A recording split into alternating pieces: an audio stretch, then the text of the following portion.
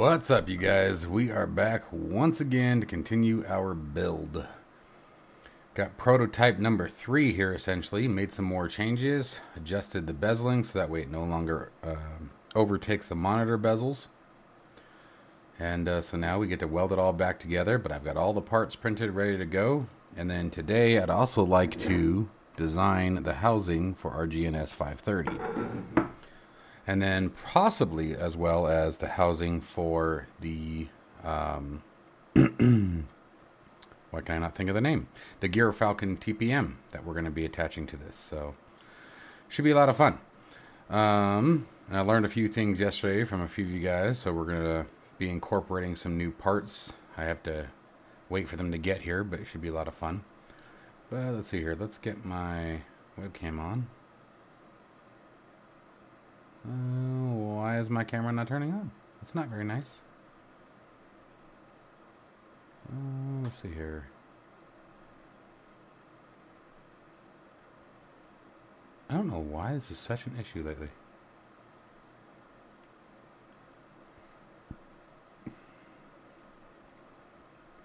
I have to like add it and re-edit every time. It drives me crazy.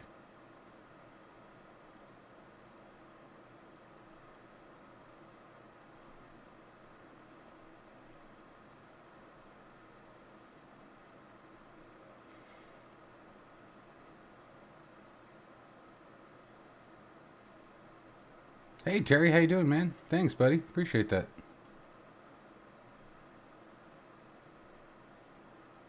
There we go. There it is.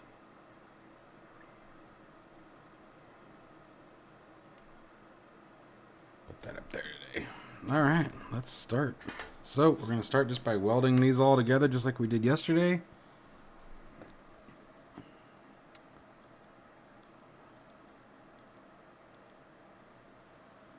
So you guys can see a little bit better. And let the games begin.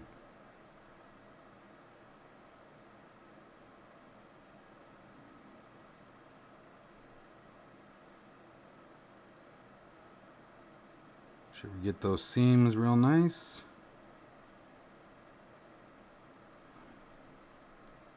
Get that up in there nice and tight.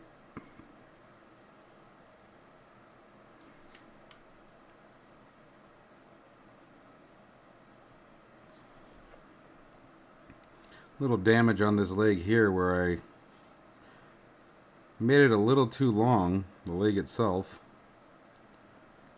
and so I went to cut it with shears, which normally works fine, but unfortunately this time it blew a hole in one of the ends. But the goal is to cover this either with a vinyl or paint, but either way we're going to fill that hole in,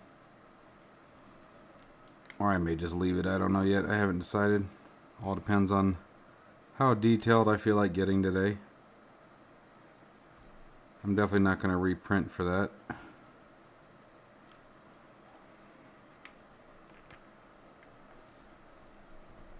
Let's keep all these layers nice and tight while not burning my finger. That would be preferable.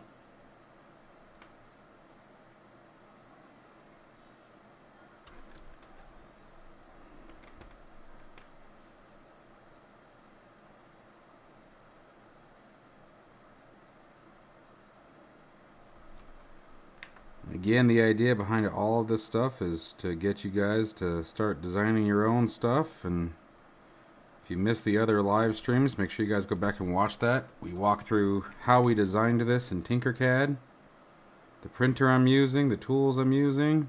This is just an old soldering iron.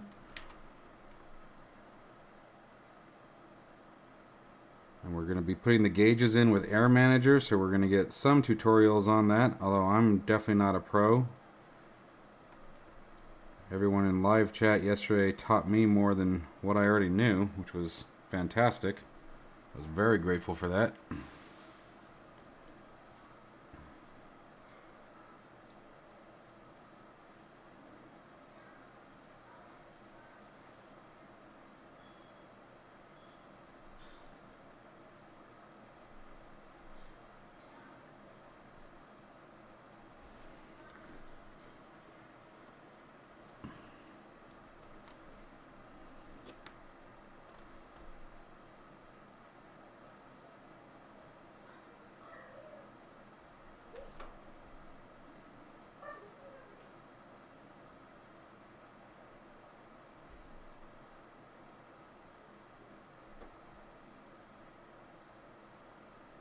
I can't stress how much fun it is when you design something and watch it come together.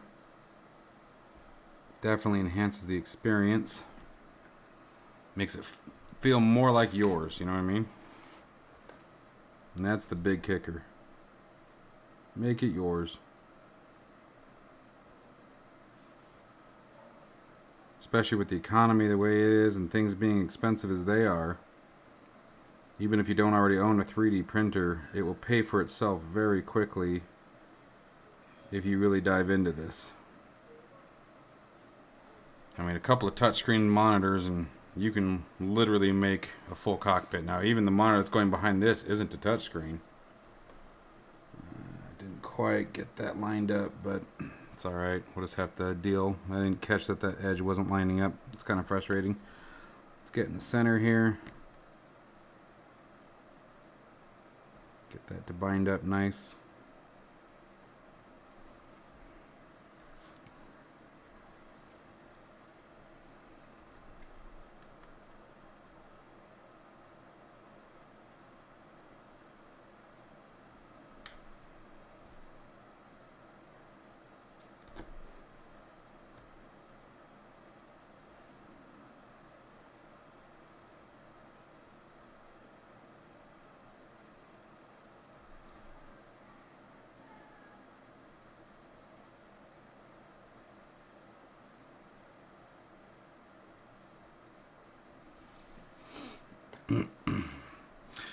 The Bamboo Labs A1, dude.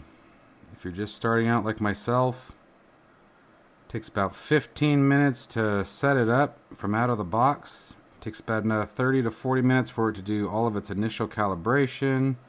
And then after that, it is literally plug and play. I've had zero issues with the thing. Every print that I try, if it fails, it's because there was a flaw in the design that I might have missed. You know, some portion of it that maybe was off the bed or had a lifted section, whatever it may be. And that divot is from me trying to pull it off the bed before it cooled. So it was still hot and sticking to the bed. And yours truly was impatient, but that's alright. We don't care about little things like that. It's on the back of it. What do I care, right?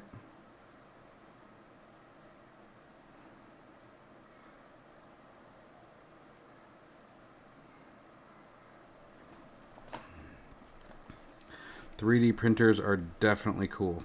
They have improved dramatically over the years.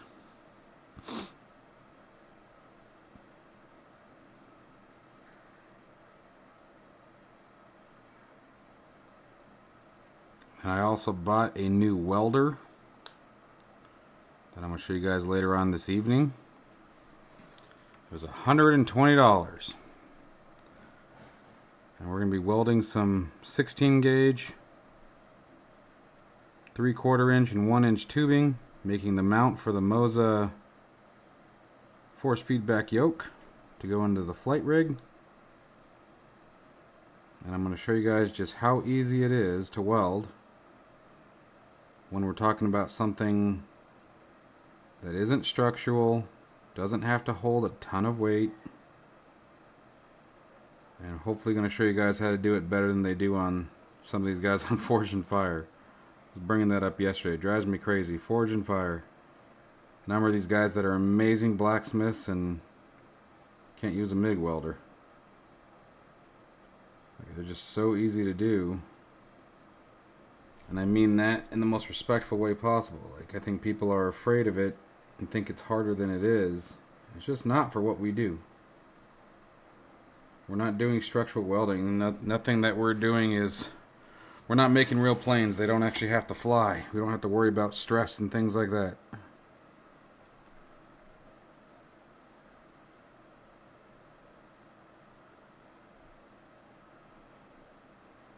Even while we're doing this with the soldering iron, you want to let it puddle for a second and then move it on. That puddling is where the adhesion is going to come from.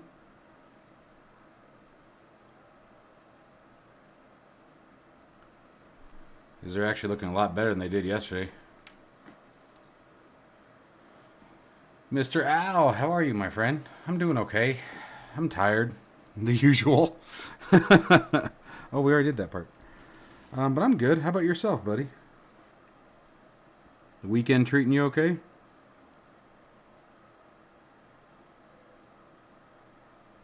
Am I on the seam? Yeah.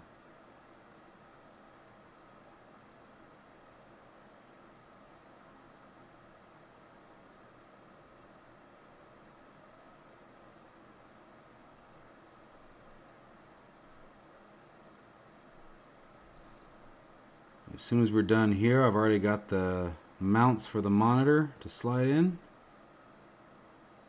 Oh, we missed that one. There we go.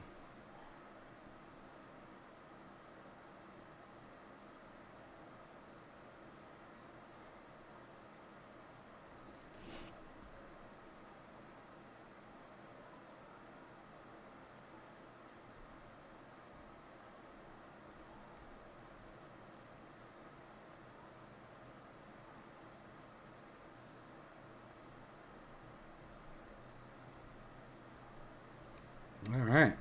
This went really fast today. Hey, Bearded. I don't know yet. Now that you're here, probably not very well.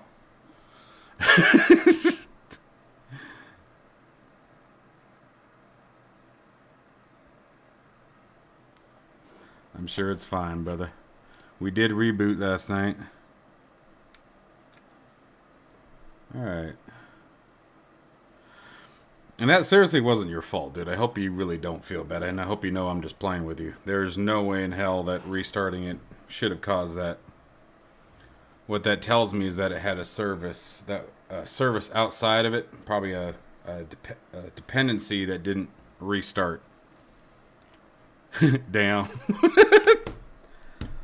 So, what the changes we made for you guys who were here yesterday, I reduced the size of these gauges. I basically took everything and squeezed it down a little bit.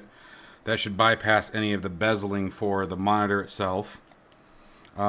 We cleaned up this angle here, so now there is just the slightest gap right here that goes on top of the Moza. And we'll see how it looks now that it's welded, because remember, like yesterday, when we weld it, it's going to pull everything in a little bit because of the heat contraction.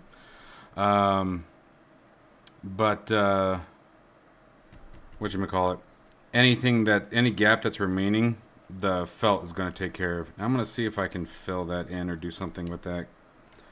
That's where it broke when I was cutting. I cut that part a little too long.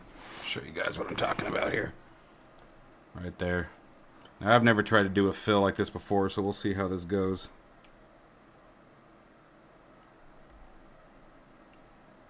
But if I can just get it to where I can sand it.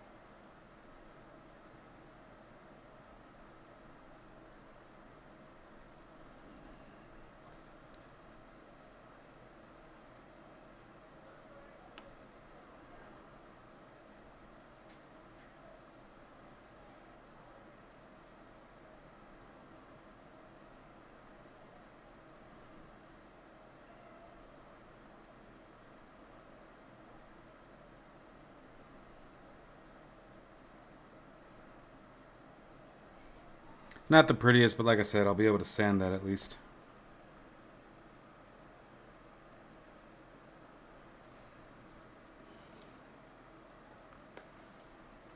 $320 Sims, what's going on, man? How are you?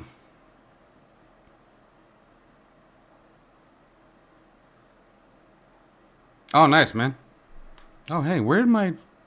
I lost my thing to wipe that off. All right, give me just a second here. I got to go get our monitor.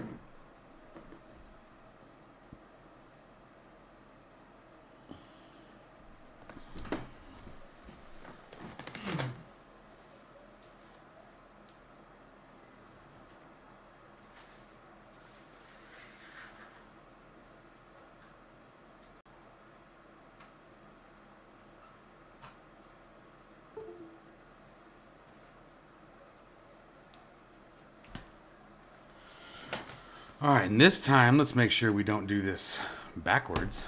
That was special.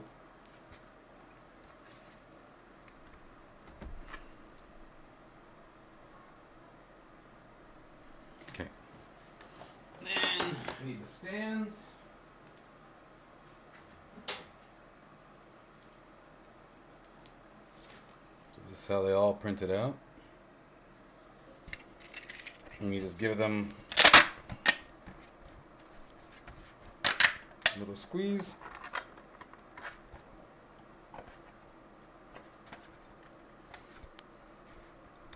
Depending on where you place them, they can be a little bit of a pain in the ass to get off. There's 1,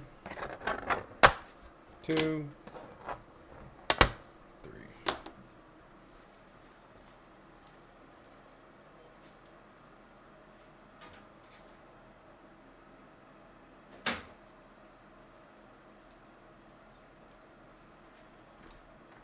Oh, if I'm not careful, I'm gonna knock the Moza over.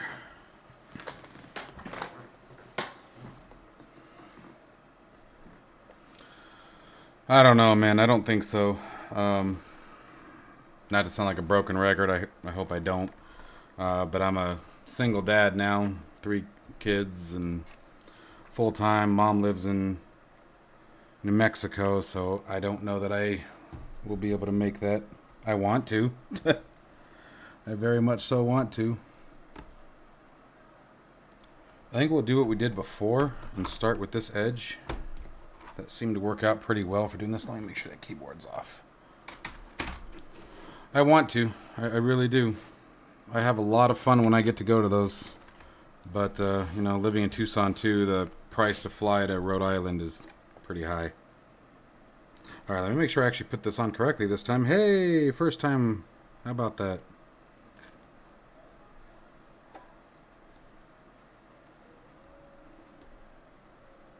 So we're going to square that up right with the edge. This entire frame is really pushing that 16-inch monitor right to the edge. I should have made it a little bigger, but that's all right.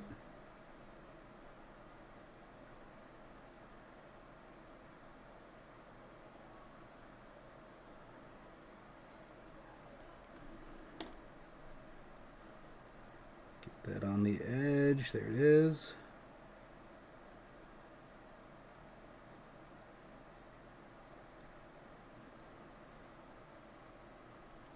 Hope my big old dome isn't in you guys' way.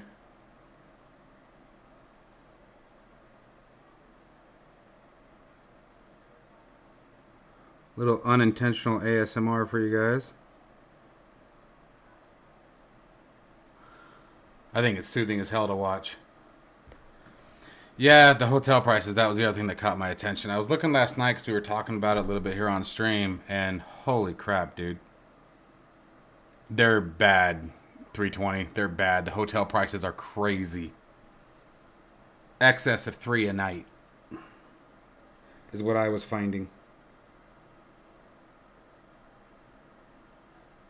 Excess of $300 a night. And that's too much for me. I can't. It's just me on the budget, so a little out of my reach there, unfortunately. Okay. Let's see where we're at now. Now, until I lay the felt down, I want to be real careful putting the monitor in because I don't want to scratch the lens. And you saw that it lifted up a little bit, and we want that. That's where the tension's going to come from for holding it in place.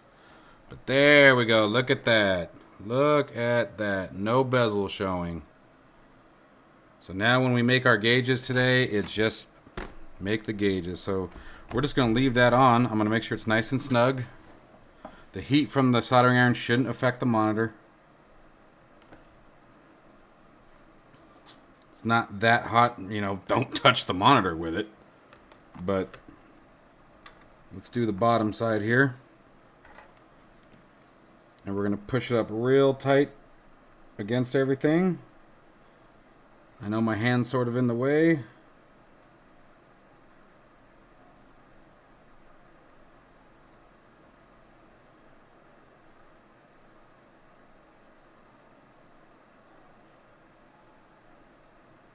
I can see some gapping happening, so this is going to be one of those areas that we backfill with some filament. I'll show you guys how to do that.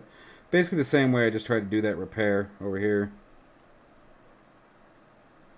Get this corner down and I'll get my hand out of the way for you guys.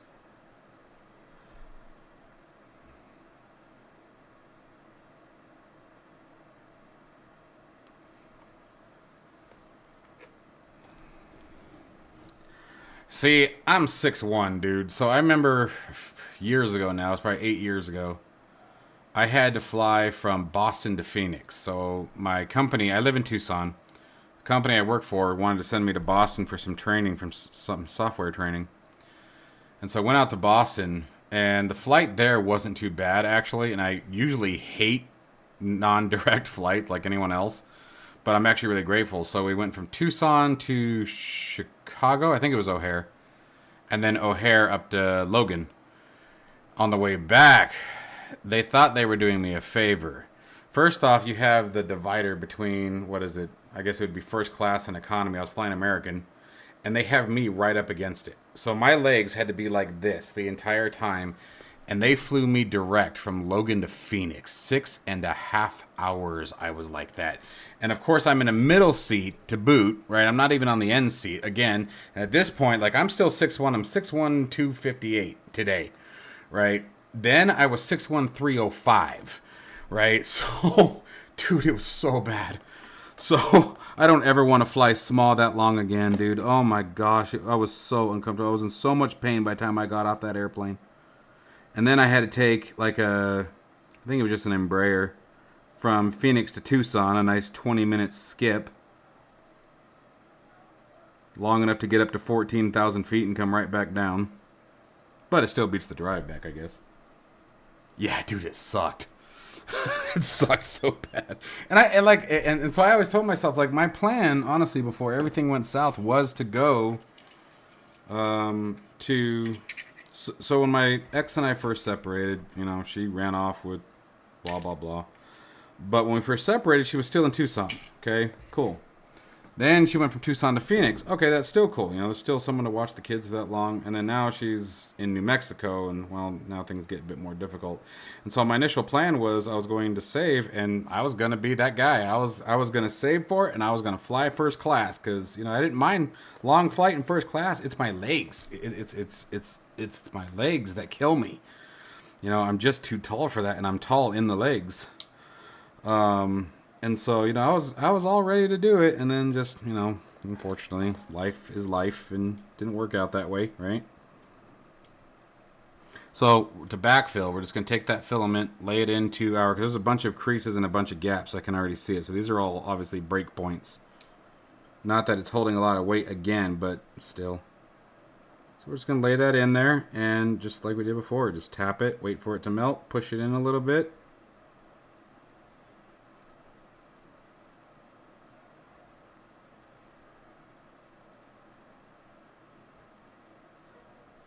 Just the biggest thing is give it a chance to melt. Make sure that you let it melt in. And it'll seal that right up. It's also a great way if you have gaps or something that you want to fill. You know, where maybe light's passing through or I don't know.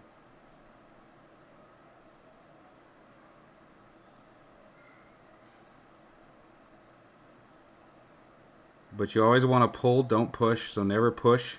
If you go this way with the tip, you'll dig. Like it's just a guarantee. Unless you're like a surgeon and you have that ultimate hand control. And remember that most of these builds, most of the things that you'll 3D print, they're hollow inside. they have ribs that give it support, but for the most part, they're hollow. So if you dig, there won't be anything there for you to weld to. If you want extra strength on some of the stuff for support, and you don't want to print in PETG, because printing in PETG can be a pain in the ass. It usually requires an enclosure, very strict humidity and thermal controls, or environment, I should say. So what I'll sometimes do is just take some PETG and use it as I'm doing right now. I'll backfill with PETG, and because PETG is a stronger plastic for those who may not know. This is just PLA, and for 95% of what we do, PETG or PLA is fine. Very rarely do you need PETG unless you're doing something that's going to be under a lot of stress. But there we go. Obviously not flying your airline. Who do you fly with? If I can ask. I know sometimes that's not always a topic for conversation. So,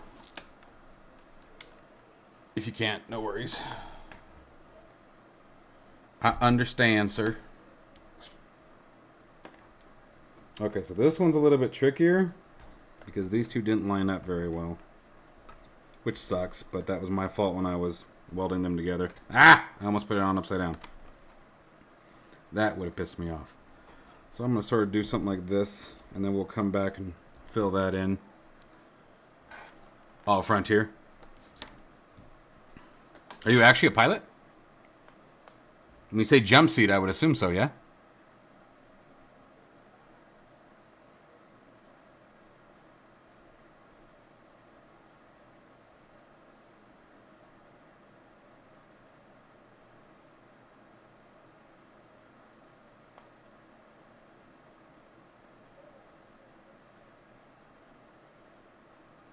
And the top one here. Oh, damn, nice. Well, salute you, Captain. Shit. Well done, sir. Jealous. Even though you're an Airbus pilot. I'm glad you learned how to fly a computer. I'm kidding. I promise I'm kidding. I promise I'm kidding.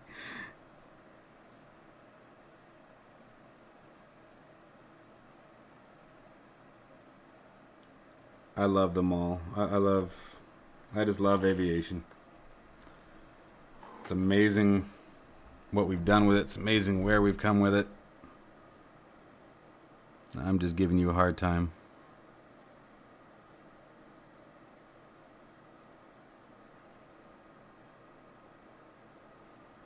I'm not like pro Boeing or anything like that. I don't care either way. Yes, I do remember that, actually. And I would still be totally down for that, sir. It's funny, I was actually just sitting here thinking about that. I was waiting for you to respond. Yes, I do remember that.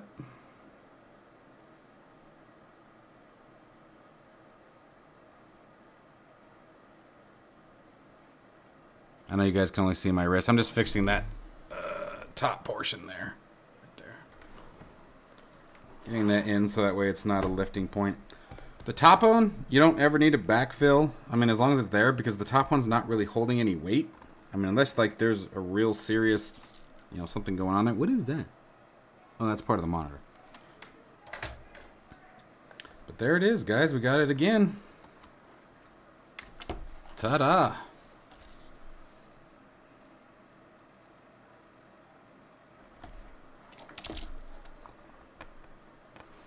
And so now,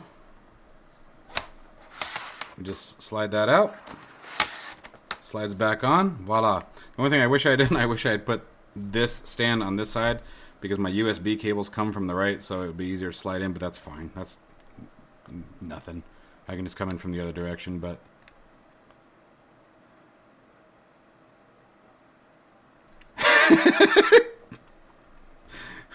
I know. I was just saying... There was one time I was waiting for a flight. I can't remember. Was I Minneapolis? Can't remember where I was now. But I was listening to two pilots go at it, and they obviously knew each other, right? But one was very clearly Boeing and one was clearly Airbus. And dude, the shit they were saying, holy crap. Like stuff that I won't even say here on stream. Like it was, they were going at it.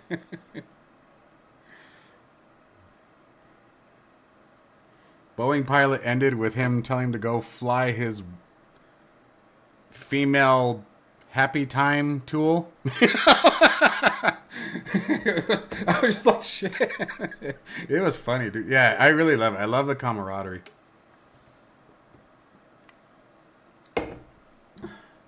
I believe that people of aviation are a different breed.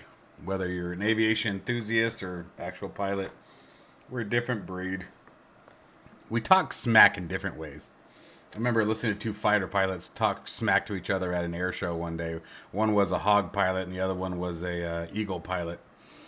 And man, they were going at it and they get dirty, dude, with the shit they say to each other. I think it's awesome though. All right, so this is a really cool monitor too because it's got this stand on the back of it. And what makes this nice is it's really nice for when you're setting up your gauges, but you can also remove it. So once you don't need it anymore, or if it's in the way, you can just take it off. You can swap sides. I actually wish that they came with two of these. I think that would have been really, really nice to have, but we're going to see if we can sort of get this. Let's go ahead and get the actual, let's get the Moza now that I'm thinking about it. Not yet, dude. Long story short, I had one of those crappy separations where I was left with a crap ton of debt.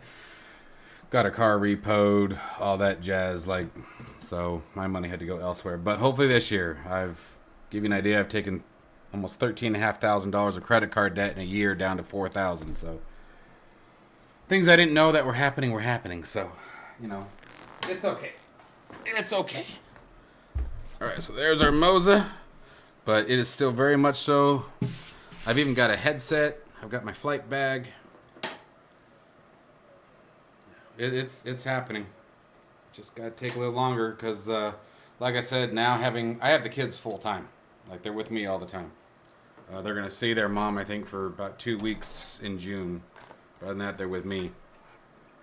So I have to sort of work around that and figure that out. But here we go. See how we did this time. So it pulled like I knew it was going to, but look at that gap. We cleaned that up so nice. That thing almost stands. That's really freaking tall. So the idea of what I'm going to make in the garage tonight is a mount for this that's going to go on... Where are you? This is so awkward to do. There. It's going to go where that steering wheel is, but we obviously want it to go a lot lower. Be more at the right above the hip level. I would appreciate that. I will absolutely take you up on that. I think that would be amazing. And thank you for even offering it, dude. That, yeah. Say when. Say when. Where do I sign, sir? That would be amazing. And if you're ever in Tucson, dude, even for a layover, let me know. I'll come over and have lunch with you or something. But anyway, so boom, there we go. There's our gauge panel. So now we have to get back into Air Manager and put the gauges together, which that's going to be a lot of fun. What time is it? I have an engagement at 3 o'clock for a little while. Oh, I know. That's part of why I'm doing this. So, you know, the credit cards that I have, to give you an idea, so I told a couple people this, but I'll just throw it out. It doesn't hurt. The last year that we were together, I made $165, and we were living check to check. Just spending money faster than I could make it, dude. It was crazy. So once I get these credit cards paid off, I've got one in particular that has a good amount on it. And it's already, like, I could technically start now. It's paid off. It's done. But I want to get everything, like, no more surprises in my life. I don't need any more. And so I'm going to get everything squared away, and then I want to use that as just a rolling deposit. You know, just throw that on file, get things going. My goal is to hopefully get to a point where I can fly in the evening. And I want to get through it quick. I know the longer you wait, the more expensive it is as far as the slower you go. So I'm trying to set myself to a point where I can rack it pretty good. The amounts that I was looking at, it looks like from start to finish can be anywhere from 10 to 12 out here in Tucson. And so that's really not terrible if I can get everything else squared away and leveled out, which I am on. Finally, it's actually very comforting to say I'm on a very good path to do this year. And within the next 6 months, honestly. Which will work out because, I was like, maybe this is a blessing in disguise because I'll get all the debt squared away. And then I'll be free to start that. And by the time that I'm ready to start that, we'll be coming out of summer, which means I won't be flying in Tucson thermals. So I don't know if you've flown into Tucson before, but it gets bumpy, so much less on a freaking Cessna.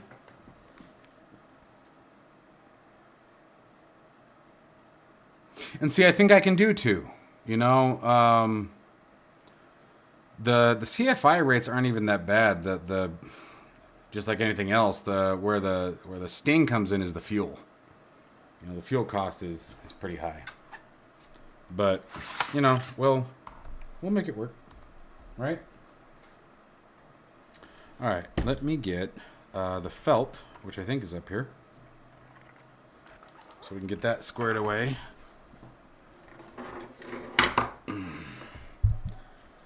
But I've also been working real hard to lose weight and get myself physically in shape for it too.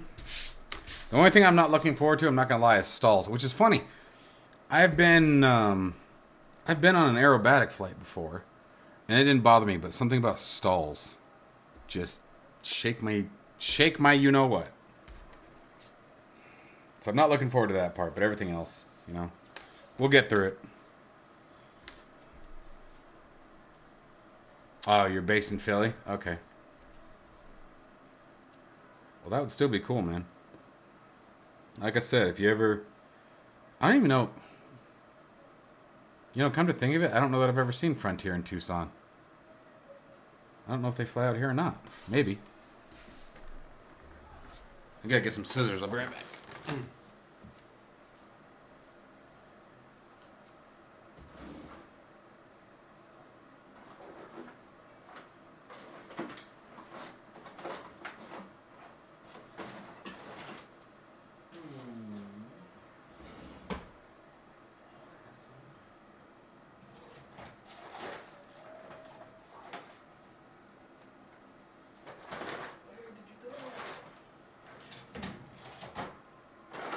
218 junk drawers. I need to get these cleaned out. I am so bad at junk drawers. Out of sight, out of mind until I need something.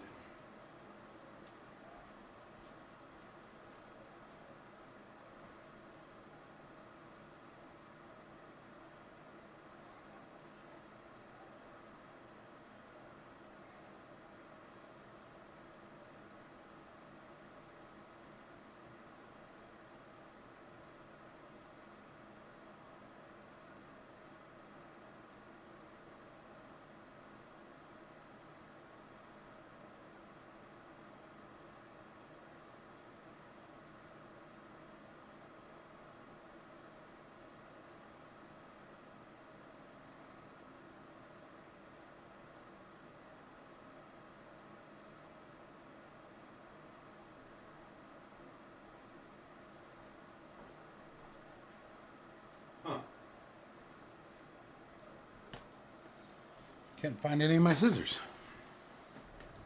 That sucks. All right, well. Adapt.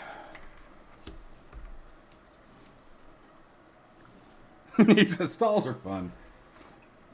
And I think that will be different, you know. My dad had his pilot's license years and years ago. And we did a stall once when I was a little kid, and I was in the back and didn't really understand what was about to happen. And I mean, don't get me wrong, he tried to explain it all to me. I thought I knew, but I guess I wasn't like prepared for it. And so it's just one of those things. I think it's more trauma. It's not really trauma. Just more of that childhood memory than anything.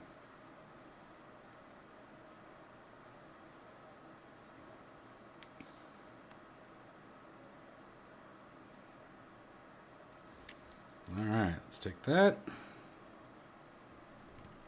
Want that way under there.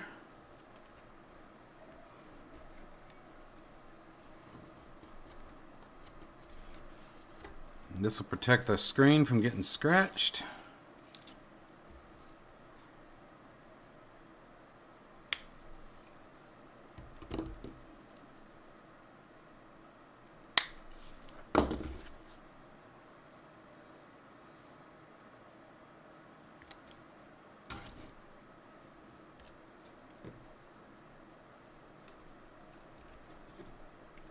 Get under there, you jerk. No, no, no, no, no. Hey, behave yourself.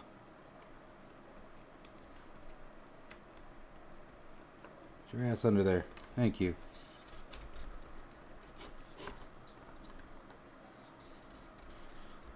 Yeah, no big deal, right? Technically, the wing stops flying. The plane's doing just fine. It's just flying to the ground.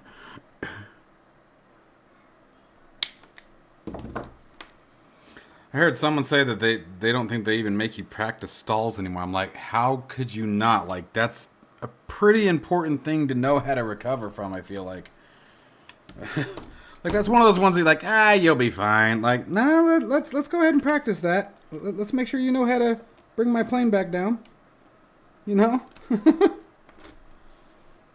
Like, I couldn't imagine someone saying, no, we don't need to practice that. Like, no, like, even me being afraid of the damn thing's like, nah, we're practicing that. Shit, no, you ain't doing this to me. Nope.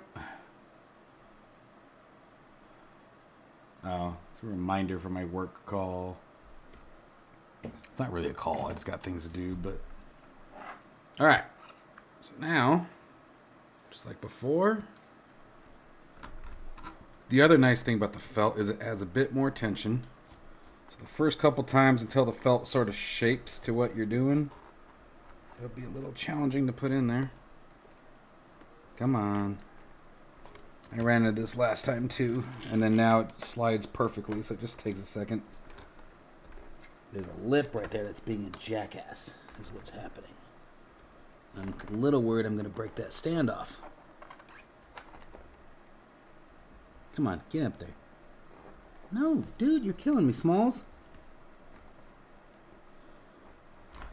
Yeah, that part isn't sitting down is what's happening. Get in there.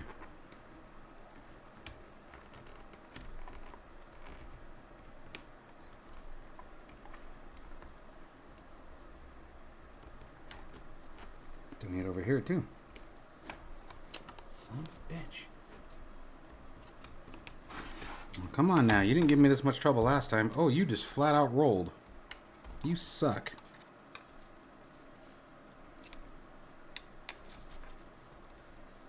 Probably should have used super glue or something now that I'm thinking about it. Yeah, that one failed.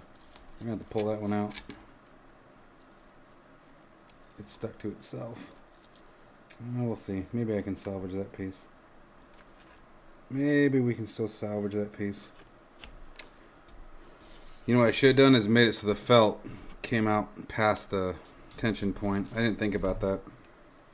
Well, if we got to redo it, we have more. I have lots of felt. Thanks, Thomas. How are you? Aaron, how are you? Welcome to the stream, guys.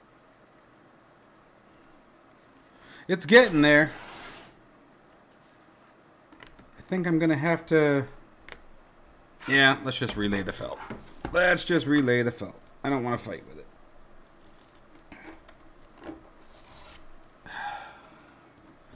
It's cheap. It's easy to cut. Let's just do it again. Shit. Oop, sorry. So yeah, we'll make sure the felt sticks out past the rails. Even right there, man. We didn't even make it over there and it's lifting. Oh, that didn't set for shit. Damn, I sucked on this one. Who taught this guy how to make crap? All three of those. Okay. Good to know. Suppose I could do the intelligent thing and, I don't know, measure? Nah.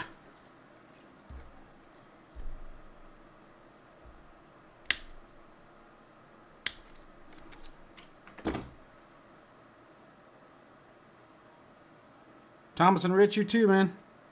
Guys, thanks.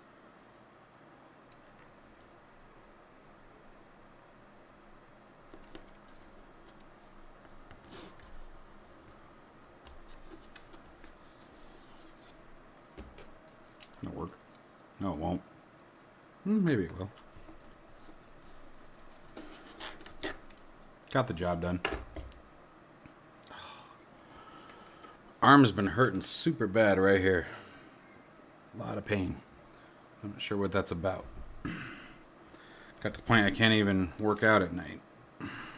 Pissing me off.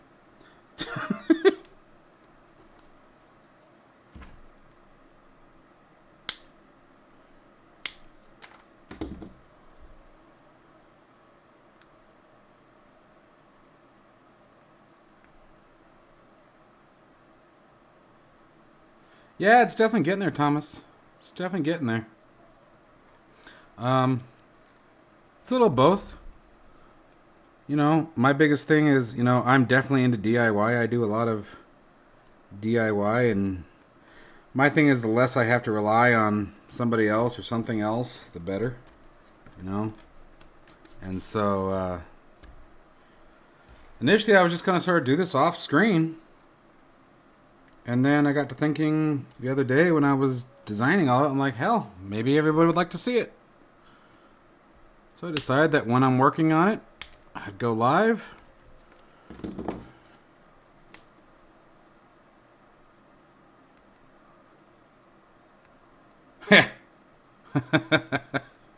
Sort of where I'm at today. My brain's a little hazy.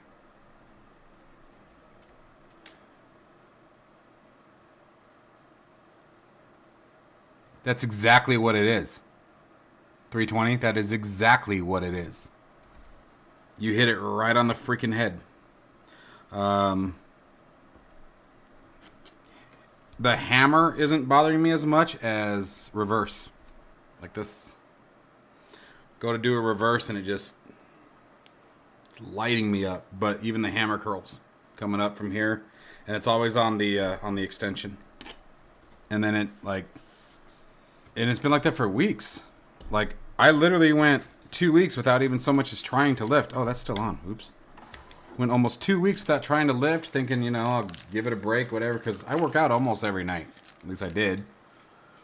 And then, yeah, like, I get about 8 to 12 reps, if that, and then it starts to light up again, and I don't know what the hell. I'm probably going to have to bite the bullet and go see the doctor. I know, crazy. What an idea, Mike. Wow, those are a lot tighter than I thought they were going to be. That's actually really tight. Ooh, well, if they're going to break, now's the time. Yep, there they go. Okay. Kind of curious why. The ones we did yesterday didn't break at all. Man, they did. Why did they print so short? Did I do these backwards? I didn't think I did. But boy, I'm starting to wonder.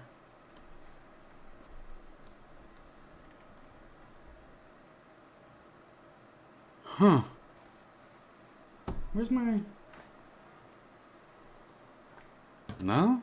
Here's the one from yesterday. Yesterday they slid right in, man.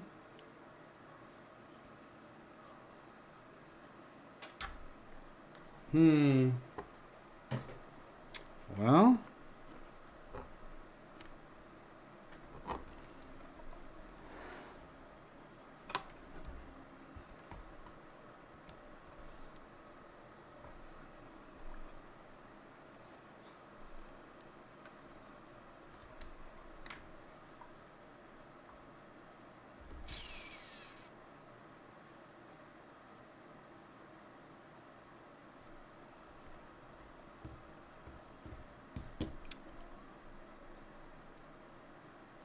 Trying to decide what happened here.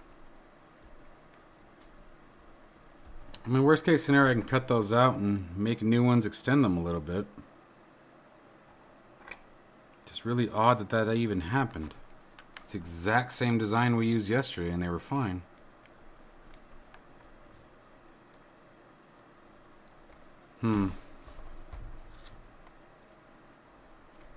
And it's still enough that we can design the screens and all that, you know, that's not an issue. But it is very odd.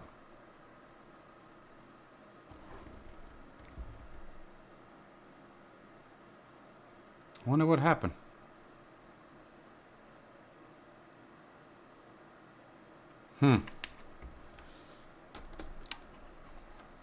All three of them. And it's the same design I used on the gauges for my truck sim over there. And it slides right in. Alright, give me just a second here.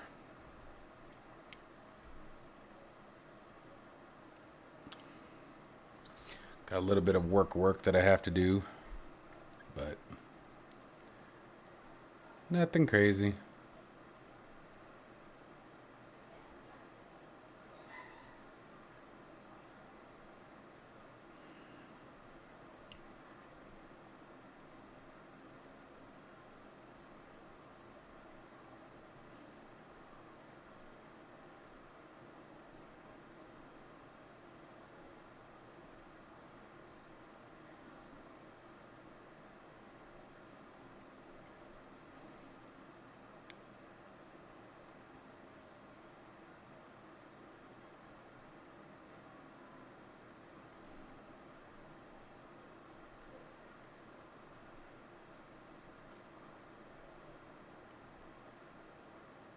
Alright, those are going. A month. Damn, dude.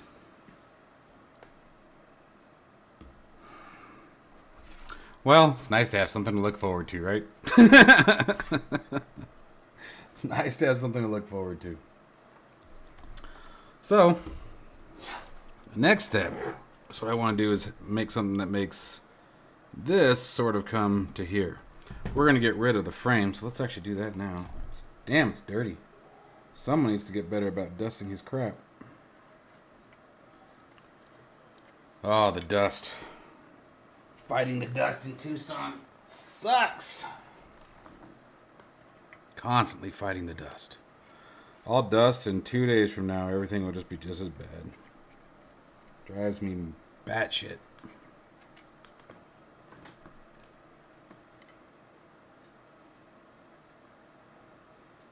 I don't have a coffee yet. Coffee. I promise, I've only had one. I swear to God. So I have had more. Nah, just the one monster for the moment. That doesn't mean there isn't a coffee on the way.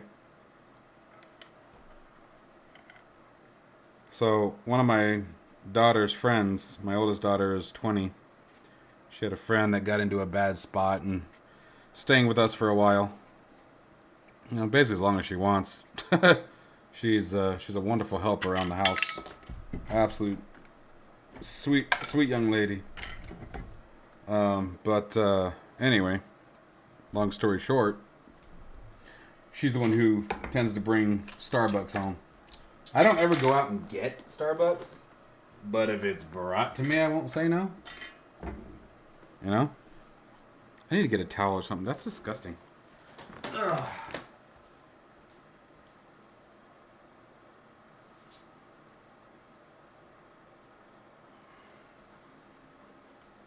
So embarrassed. You guys saw my dust. Like, shoot. Okay.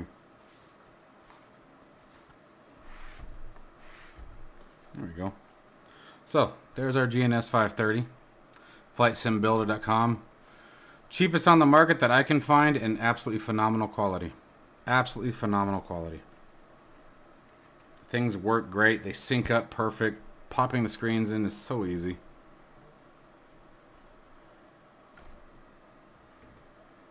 What is...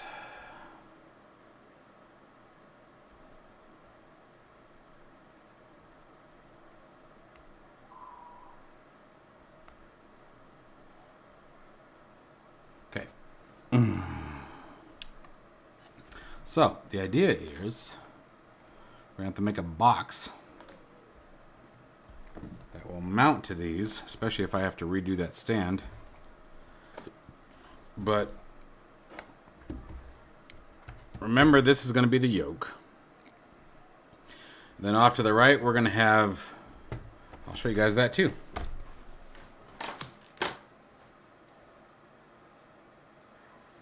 Which is also freaking covered in dust. Excuse me, I can't let you see it. This is the Gear Falcon Cessna TPM throttle prop mixture. God, dude. This is what we're going to be using. And this is removable, so we can take that off if we want. Move it where we want. Whoa! Didn't quite mean to do it that drastic, but I guess that's what happens when you're trying to do things on camera that maybe you shouldn't. Oh, wow, that popped the whole thing off. Oh. That's because I was pushing it the wrong way.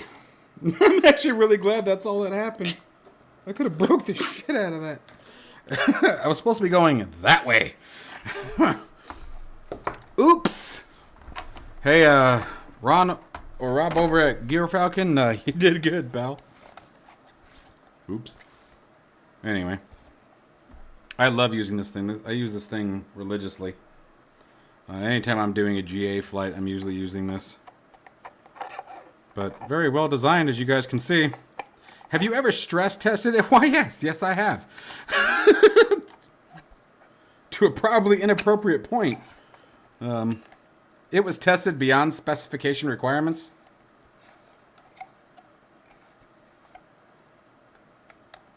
Hope I didn't break that. That would really piss me off. Anyway. That's what she said. Anyway. So the idea here now, that this will be down here next to the throttle. Okay. This is sort of how I'm envisioning it so far. Maybe, obviously, a little extended. Then I was thinking of this up here. The trim wheel down more where it could be. So I can also put the trim wheel. That's one of the really cool things about this design. Again, gearfalcon.com, guys. Or is it .com? I don't remember if he has a .com. Just look up Gear Falcon simulation. You'll find it. Flight simulation. But the trim wheel can either go on top, it can go on bottom, or as you can see, it can disconnect completely and be its own unit. But so this is sort of what I had in mind. Something like that. So maybe we'll start with a box for this. We'll have to make some sort of backing for these, like a plate that will come off this way from the back to give it something to mount to. Maybe square it up, which would probably be good anyway because it'll help give this some. I mean, we're gonna have to still figure out this part. Like, it obviously can't sit on the yoke like that. So that's gonna be the next part of this design. But that's what I love about these plastic pieces. Is it's very much so very similar to welding with metal. Metal, you can really go as, you know, piece by piece if you want. So that's the idea. So I think maybe we'll take this now and see what we can design from it. So I'm gonna set this down here and see what we can come up with here. Let's get our keyboard back. And let's see here.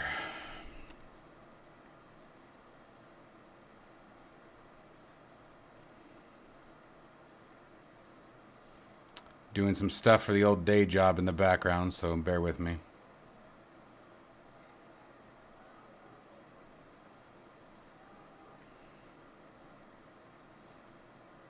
I do IT for a living, so I've got some maintenance to do on an environment. Nothing crazy. Oh, looks like we have one coming back. Two coming back. I'm going to bring my head a little bit bigger so you guys can't see that part. And let's see here.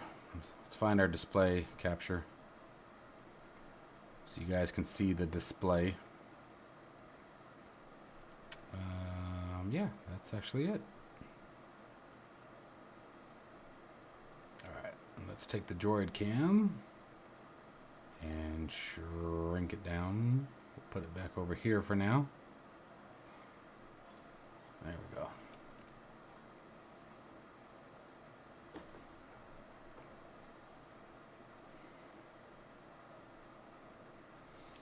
Let's go to the old Googler.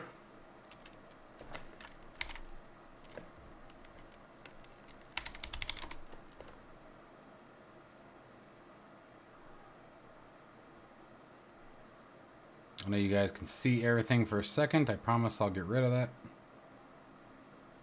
that. Join the Discord, bud. Join the Discord. Discord's where it's at, homie. It's where all the cool kids hang out.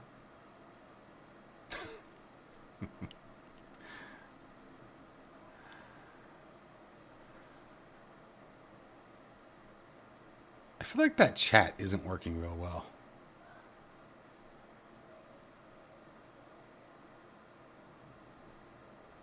I feel like it's very, very delayed.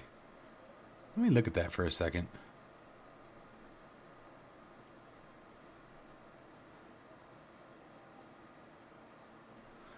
You know what? Why don't I just do this? I don't know why I didn't think about that. Well,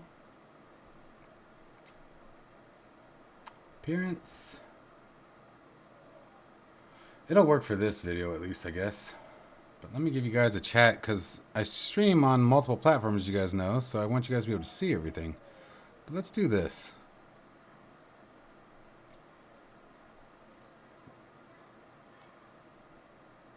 Oh, are you shitting me? It won't let me?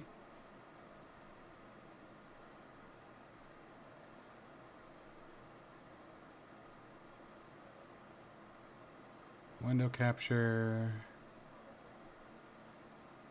Oh, it totally won't. That's stupid. Well, that sucks. I was hoping it would let you do that. Remove. Yes. And now let's go back into here. Embed in stream. Let's try picking some random theme. Maybe that'll help.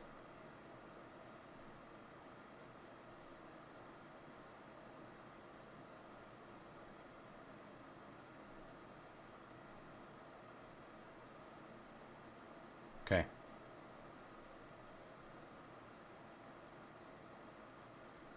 There we go. And then now, chat overlay properties.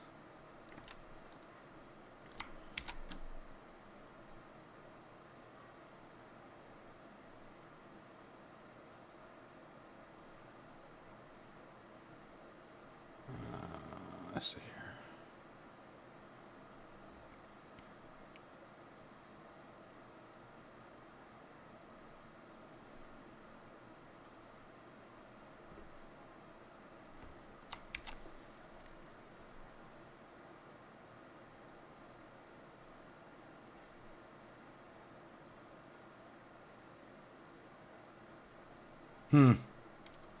That's still not working fantastic, is it? All right, I got to put that there. Anyway, so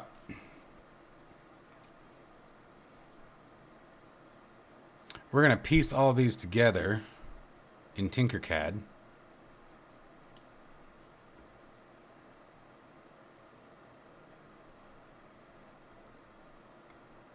And this will make it nice for us to develop the rest of it. So we're just going to group those together. Oops, no we're not. Ungroup that. Got to put them together first.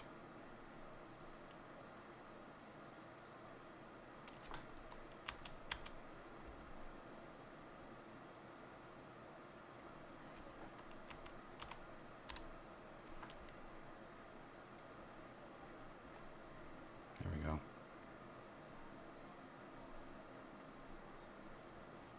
There we go. So that's our panel. And so now we can use this to make the rest of our pieces.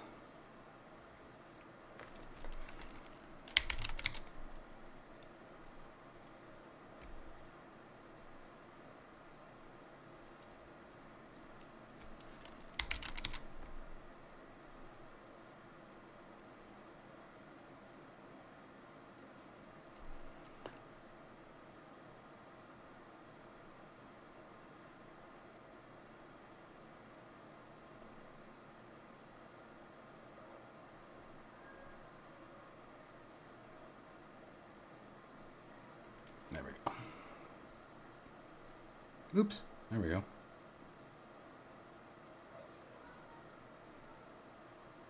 How to get to Discord? What? What do you mean? Hang on. Oh, the Discord live stream? Yeah, now you got me to do that. You just have to post it, the picture in the Discord. That's all I meant.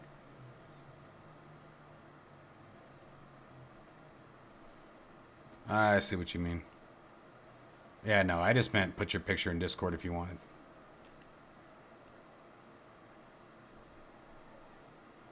Oop, nice. Okay, so how do we do this?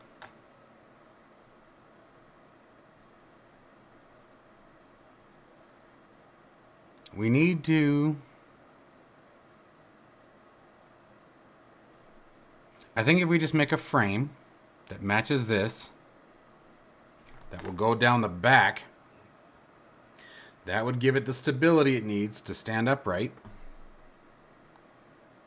Because it would sort of cradle around the throttle, or the yoke.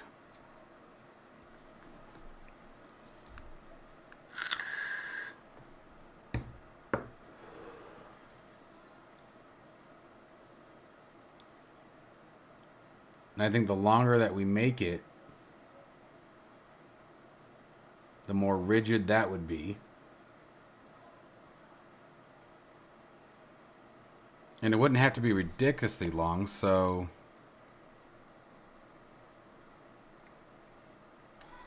if we do... I think I got...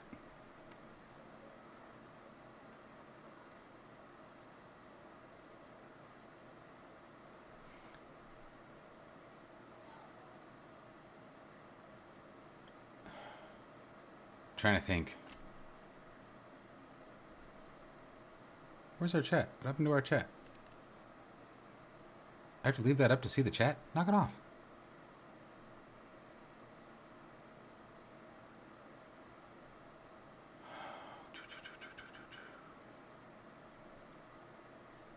Here, we're going to do this.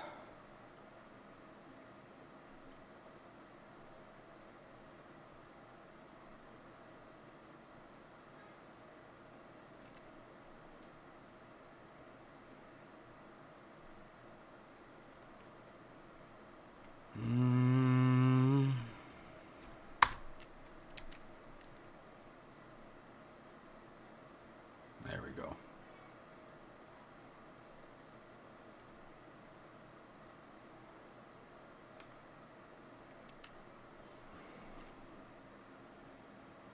There we go. And then what I can do is I can hide all that crap.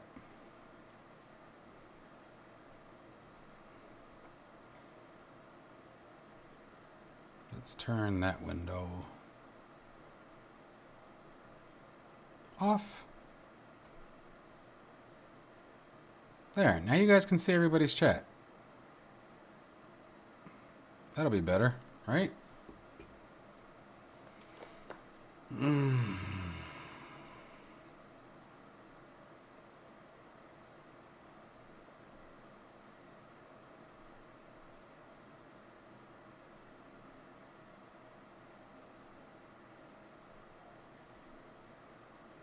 Hang on, making more room on the screen here.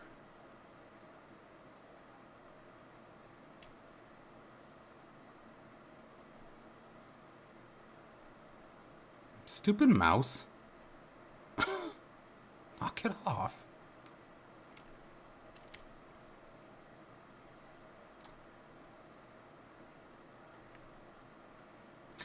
I have a Bluetooth mouse, and it's the only one that does this. It's the only one that I've ever had that does this, but like it holds on to the left click even after you've let go, and it drives me batshit. All right. Because I don't know how to use Fusion 360. I'm very new to this, dude. I'm very, very new to this. The 3D printer, David, that I have is, I think it's right around 500 right now. It's the Bamboo A1, or Bamboo Labs A1, and it's phenomenal.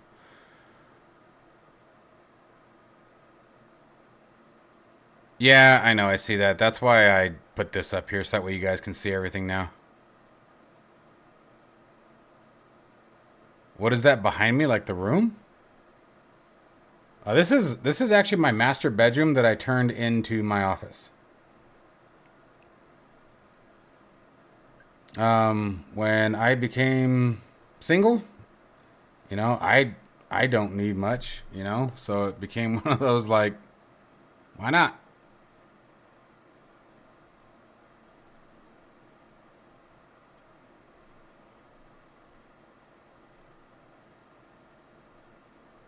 And so now I have all the space that I need. No, no, it's not. And it is a fantastic printer, dude. It works so well. And for me, I needed something that was easy, was not high maintenance. Again, I am very much so learning. So I needed something that didn't require a lot of tinkering and changing settings and learning this and learning that. I needed something that I could just set and go. And I can use tinkercad.com here to design my prints, and I export it to an STL, throw it on the printer, and it just goes. Bamboo Labs, the slicer will tell me if there's any problem with it, and that's it.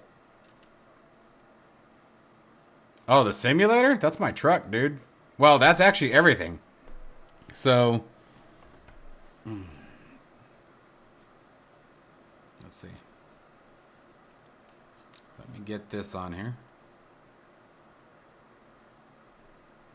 That's exactly what we are working on right now.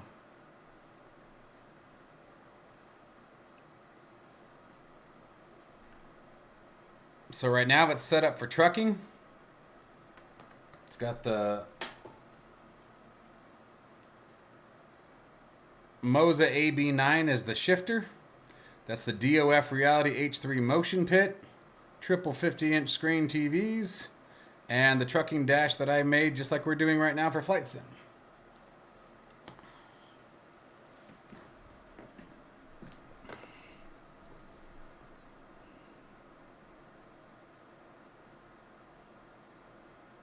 Oh, dude, it's nice. And that's what we're doing right now. So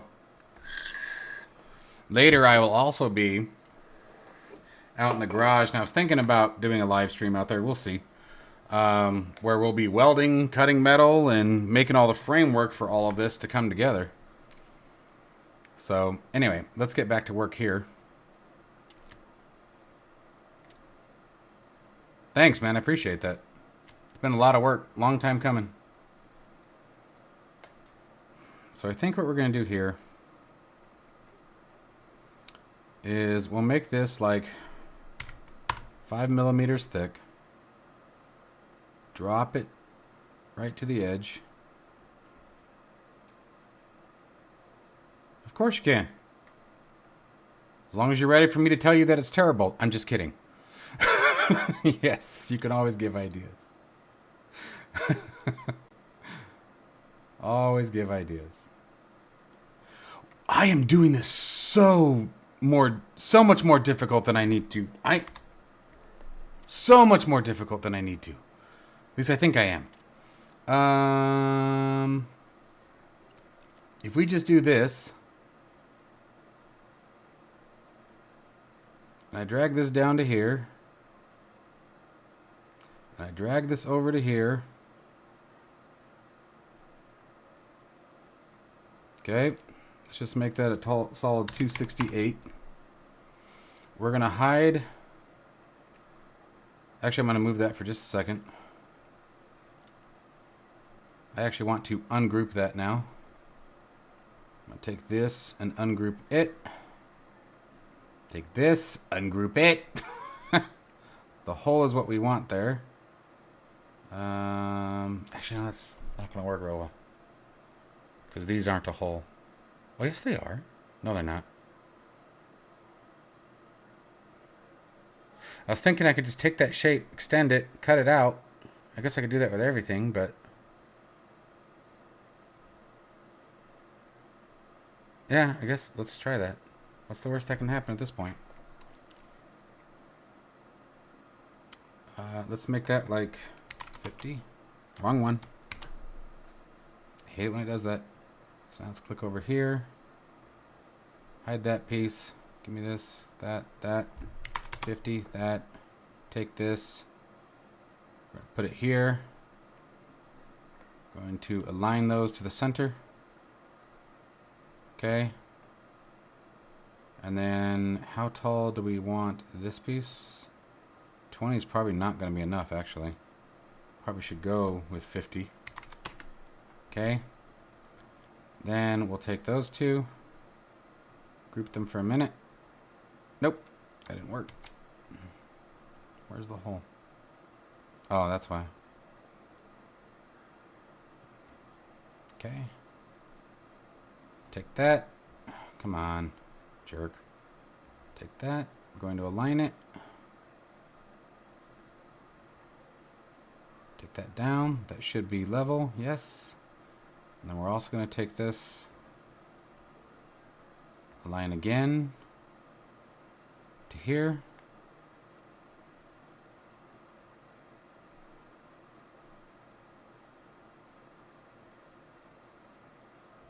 Interesting.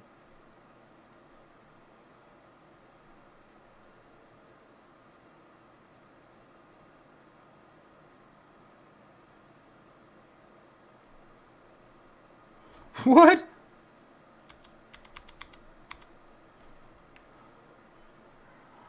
All right, I'm going to take this. I'm going to hide that for a second. I hate it when I do that.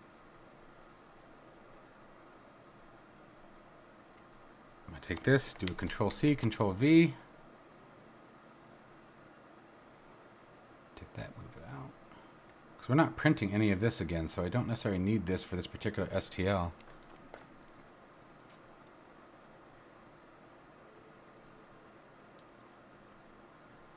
Take that, that. Take these. Group. Oh, you son of a...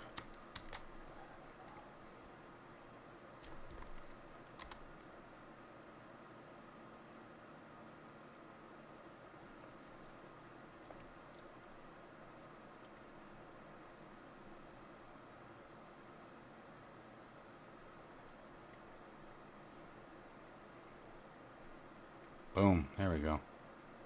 That's what I wanted. Then take these.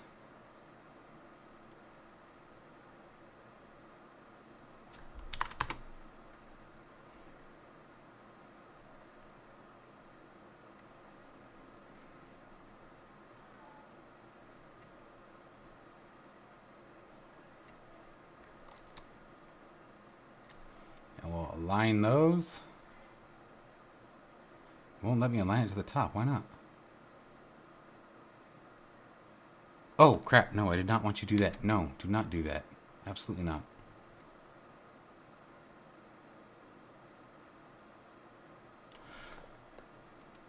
That's actually one of the things I still want to add to mine. So, yeah, my rig isn't done by any means. I think we've all learned by now that this is just one big, gigantic rabbit hole. I don't think we're ever done with our sim rigs. I think we tell ourselves we're happy for a minute. That's interesting that... I think we tell ourselves that we're happy for a minute. But the truth is, we're never done.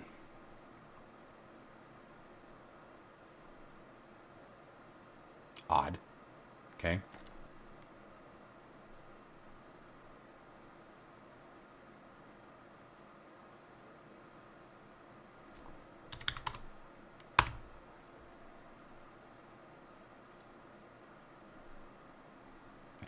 Good. Now we have our piece. So that can now extend to the back. Let's move this out of the way for a second. Let's unhide everything.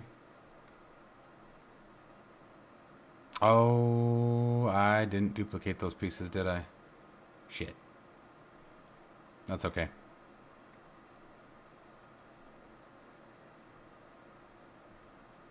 Let's do that real quick. That will make me upset. That's exactly what I did. Okay. So, let's do the same thing here.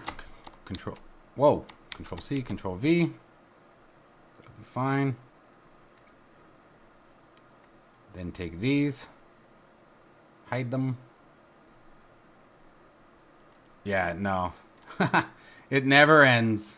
It absolutely never ends. That's for sure.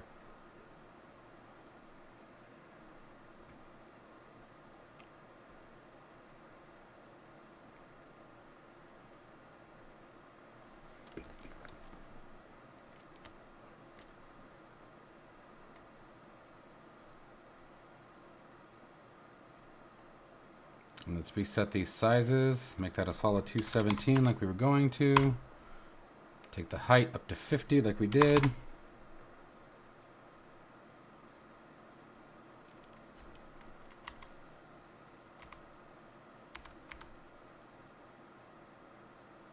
Looks right.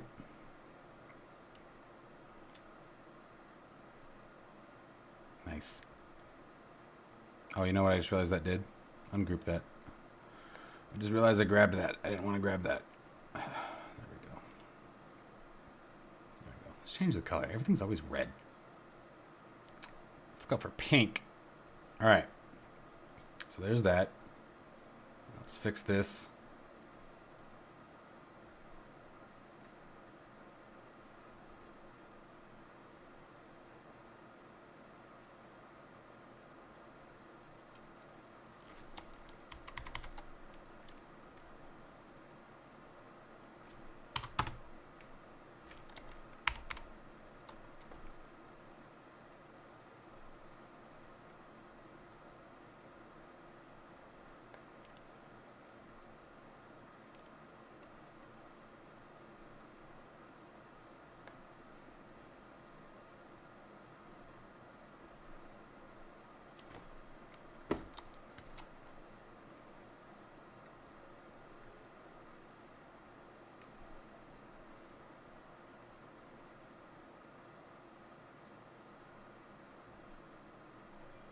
Voila.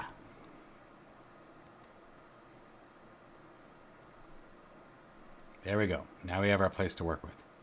All right. And let's go ahead and rotate it so we're looking at it from the right angle.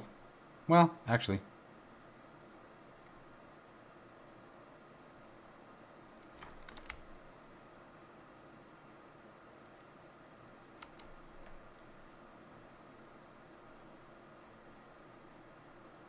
Well, no. Let's do this. Let's rotate it vertically.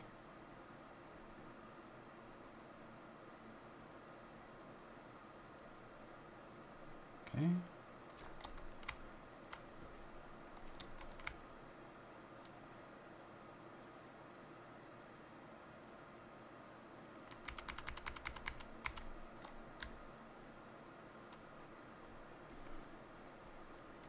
Okay, that one's done.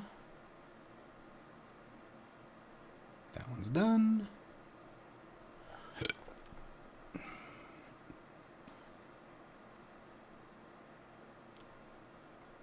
Okay. Disconnect.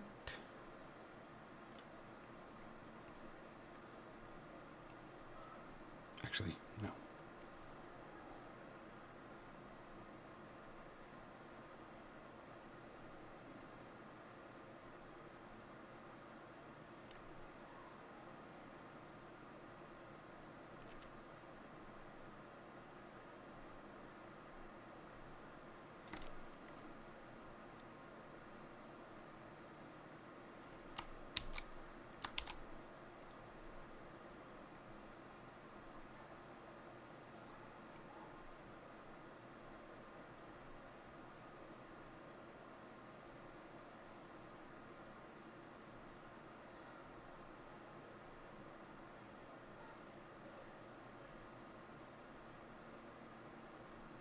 Just a second, guys.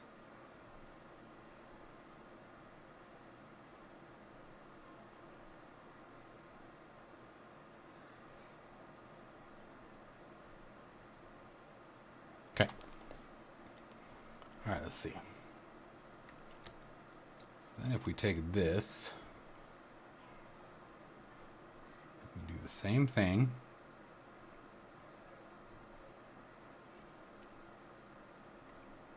Should be able to get an idea of what we're looking for here.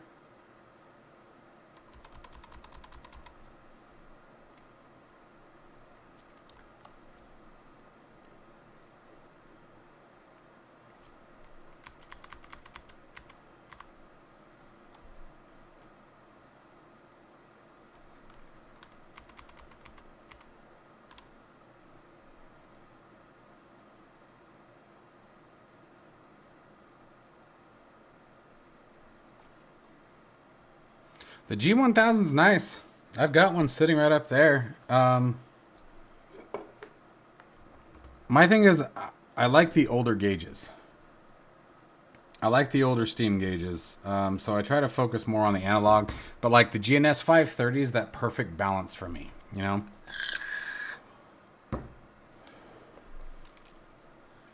Okay. So. What did we set that at? 50, right? So 50.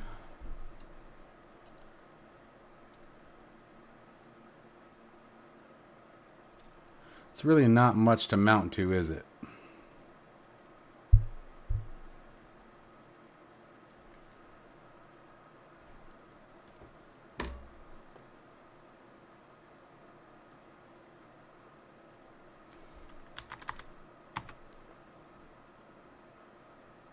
$100 would probably be better, huh?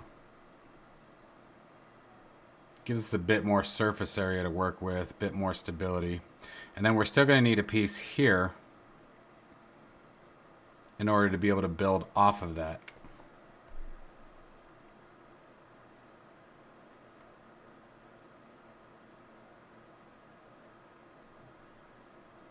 The kicker is for me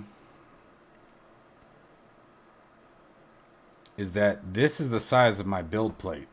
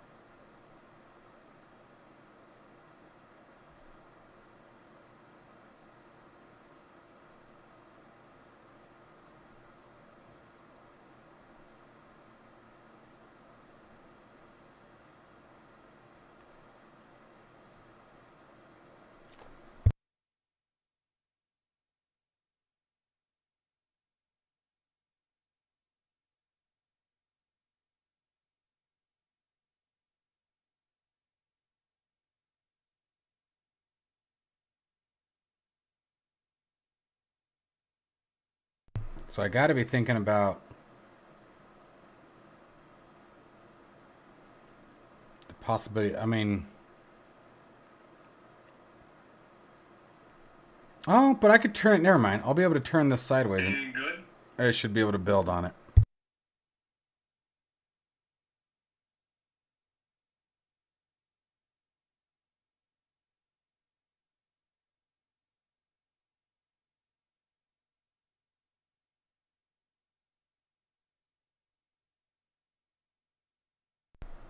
If we did this.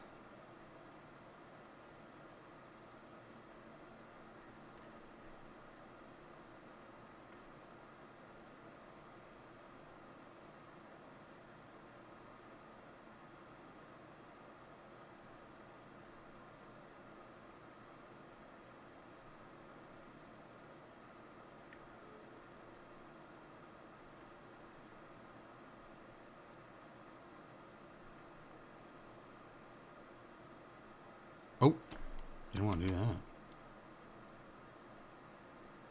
Would you stop it? Oh, I know what I'm doing. It's because I'm not pulling it down vertically.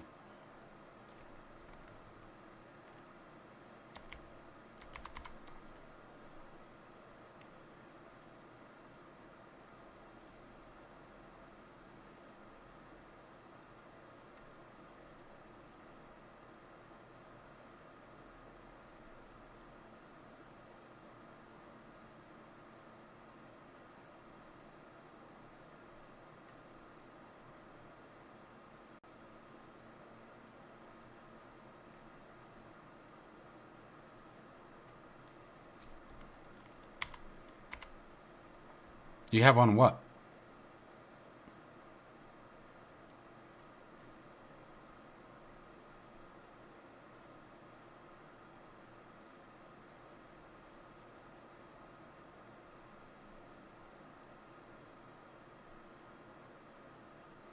It's a lot of printing, man.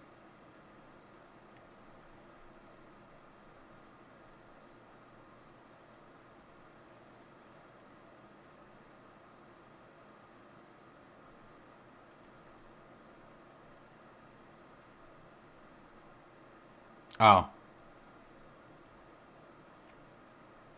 Stupid mouse, cut it out.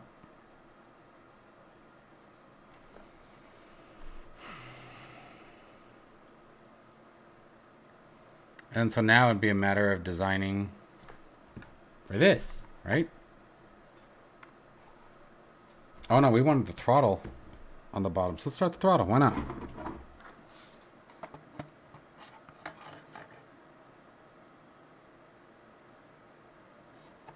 That's going to be 52.5.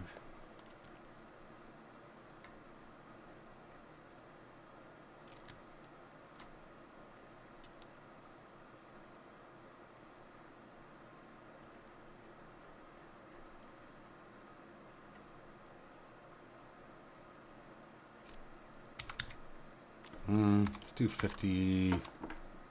If we space we need is 52.5, we want probably 3 on each side. Just make it a solid 60. Whoa.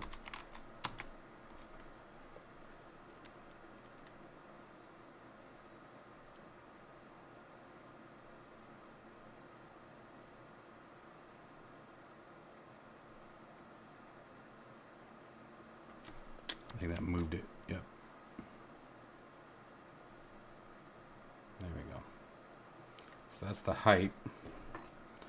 The width will be a little harder to get, but we'll get it.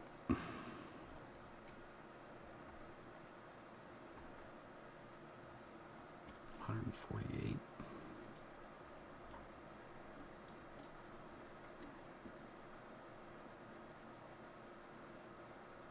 $202. There's our distance there.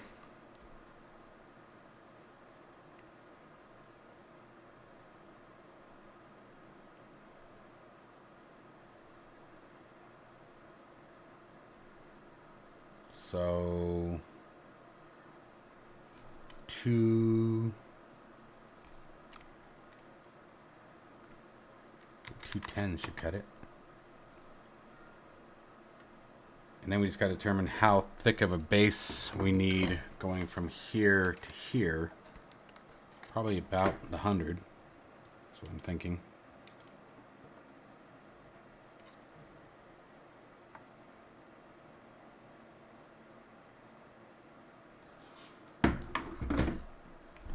$80.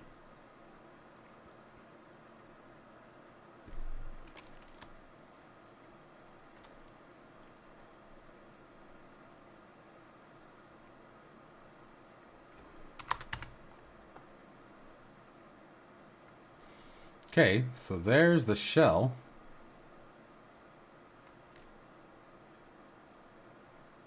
That would go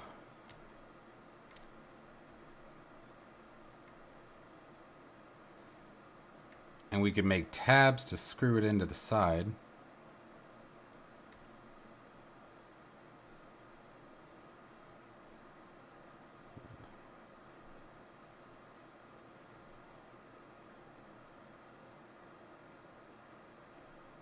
Essentially, that would come to here.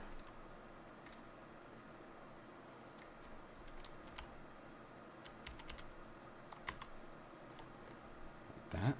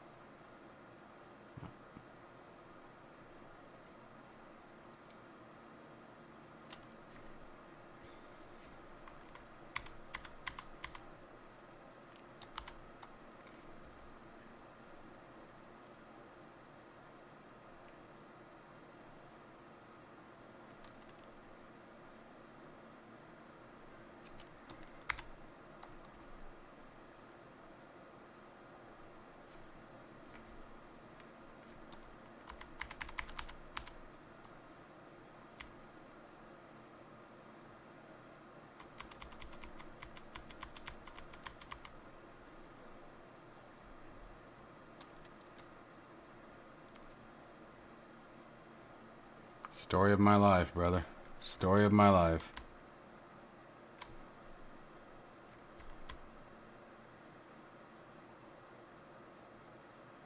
Oh, you're going back the other way.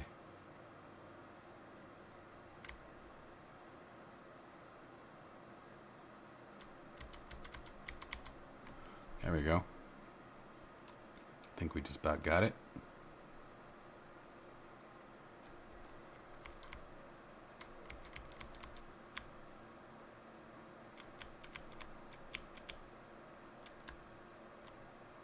Okay. It's like that. So now we can work on cutting out the actual positioning for it.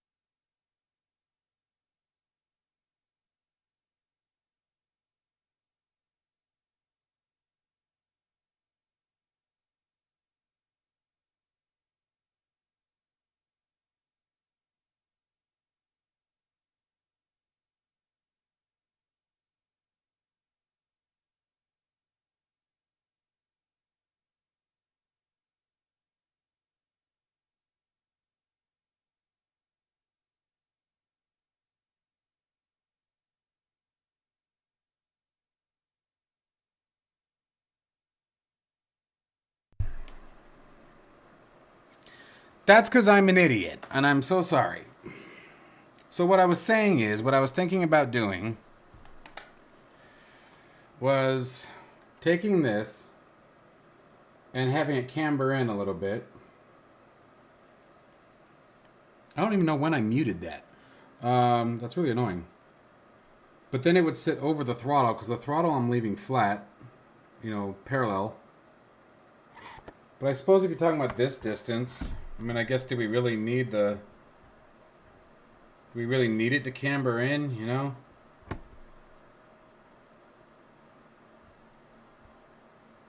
And do we want it hanging over the throttle like that? Decision times. Gotta make a decision here. Sorry, guys. I totally forgot about that.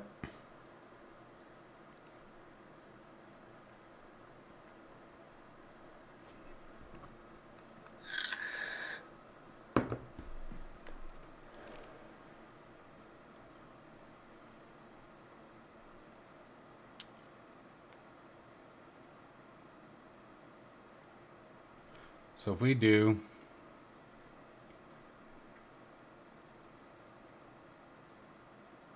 Alright, so that exact distance now, we need another box. We need to make our hole. Well, here, we'll just make the hole.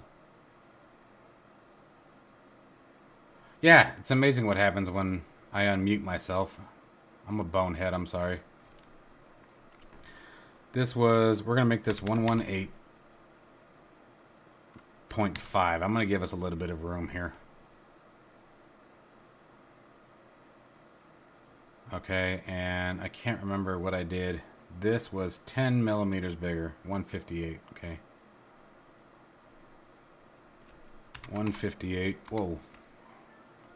So we're gonna do 159, actually. And then we're gonna take these two, let's get them aligned.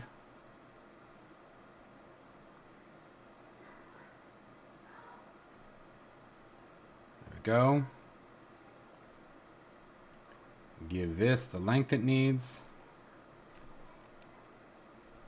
Just do 85 to make sure we can get in there.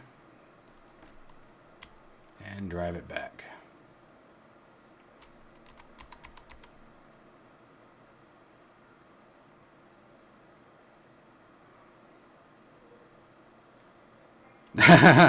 Your wife streams? That's cool. What does she stream?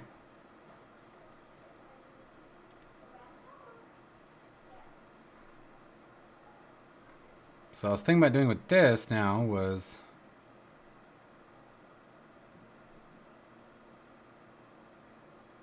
just doing something like this. Nothing crazy.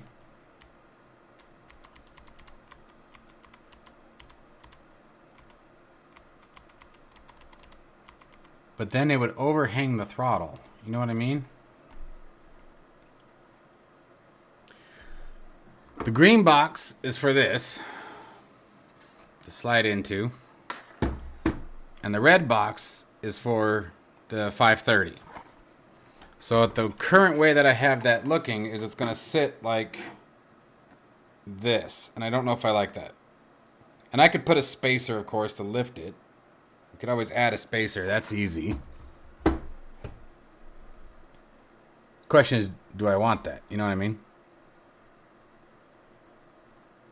All right, DB01 is done. MSMQ is done. Let's restart Apple One. Install. Install.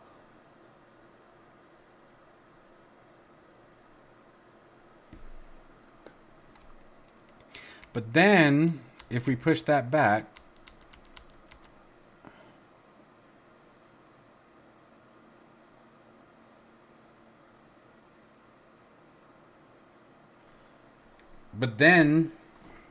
it's going to sit more or less like this, right? When you, if you want the edges to match, you're going to get something more like that. It's going to be recessed behind here, right?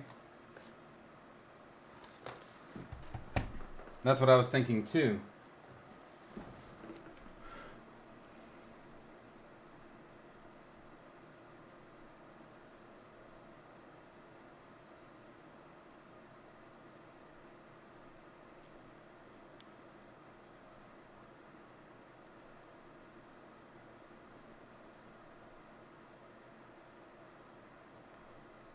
But we could always lift it up, put it on a riser, right?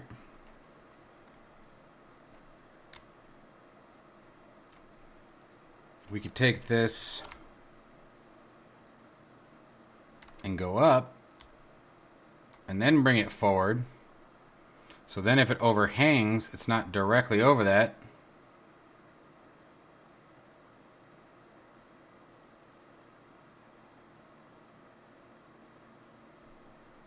You can do that too. Okay, so let's do that. Oh.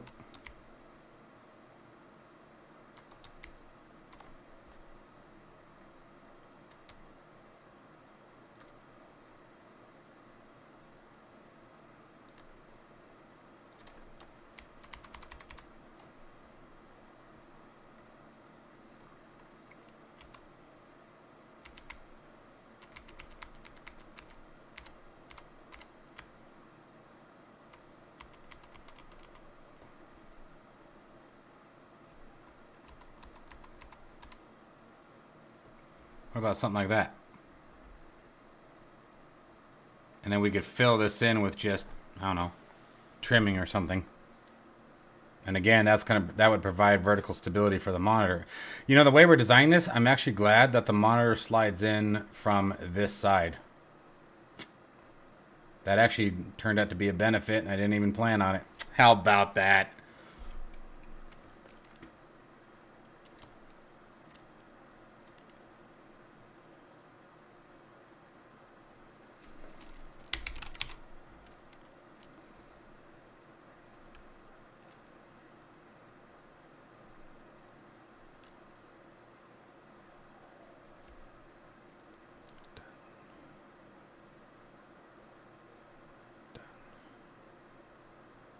Almost done.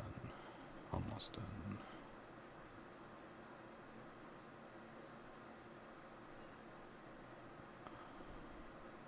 Hang on one second. Addressing some stuff. Restart.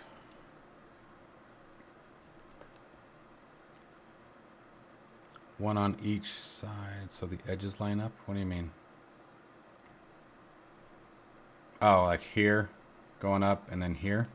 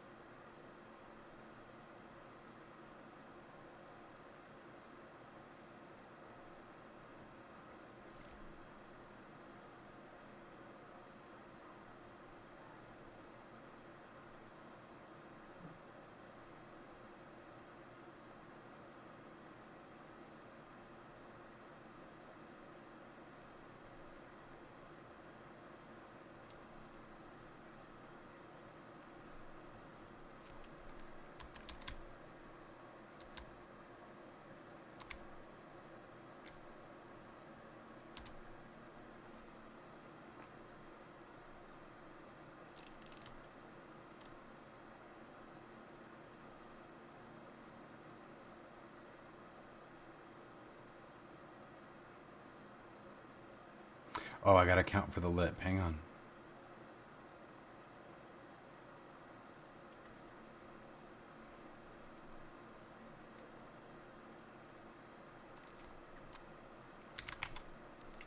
Why do I keep doing that?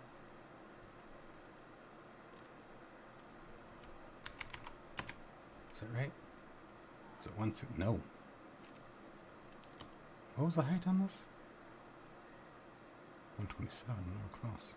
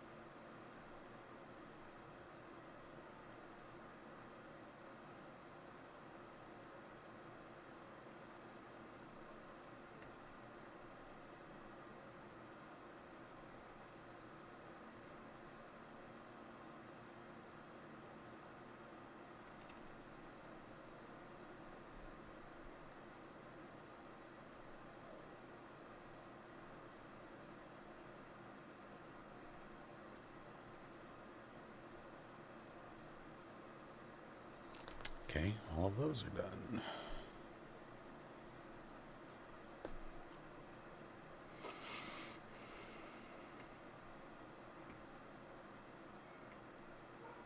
So like that? Is that what we're thinking?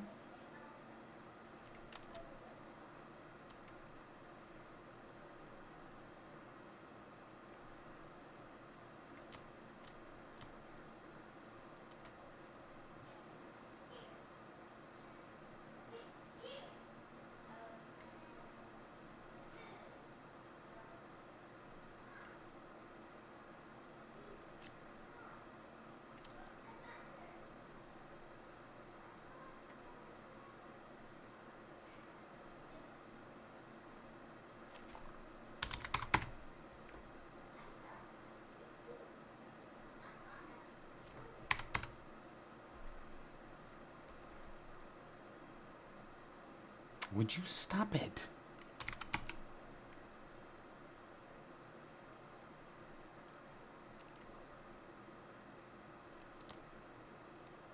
The problem with angling the green box is then the throttle's pointing at me too, and I don't like that. Because I like to be able to just rest my hand straight, and that would cause you to pull like this versus like this. You know what I'm saying? So that's my problem with doing the green box, is then your throttle action would be, I don't know, I feel like that would be weird.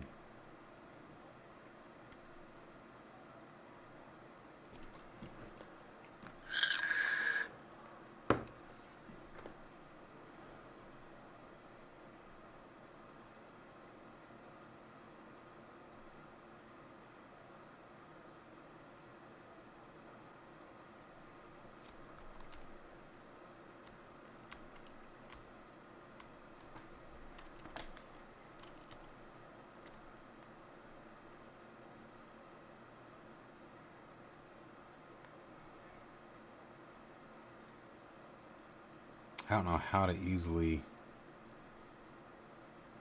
do that.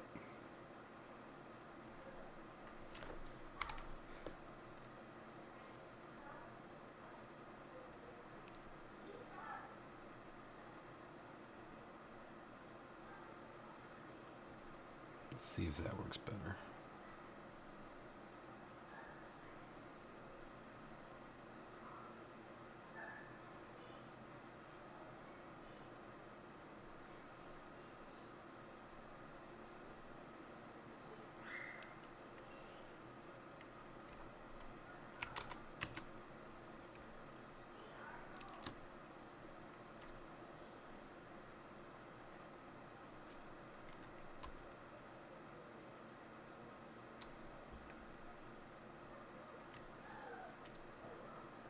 Yeah, I'll look at that in a second here.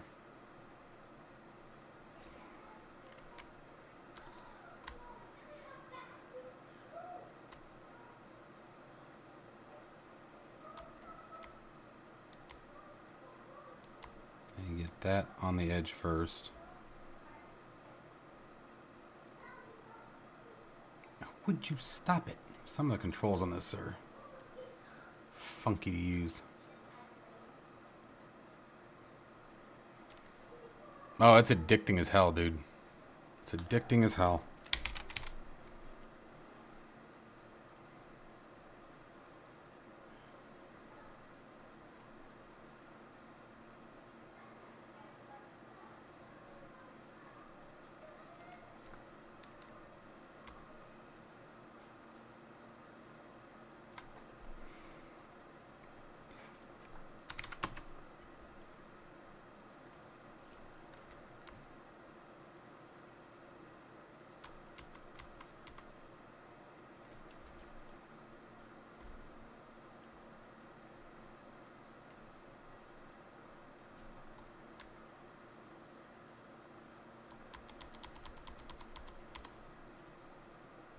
I have to fix that other side now too, but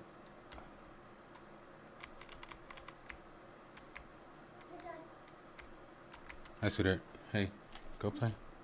Wait, it's okay, can I, it's okay, can we both put bubbles outside? It sounds like it's fun here. Yeah, no, not right now. Want you guys inside. I don't really care what the back looks like. That'll work. And then what was the height we set on this? 127.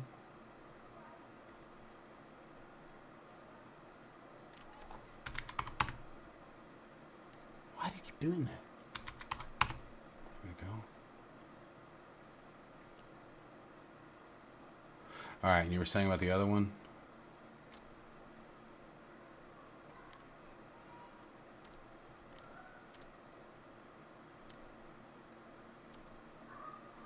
Yeah, I don't care what's back here. That's fine.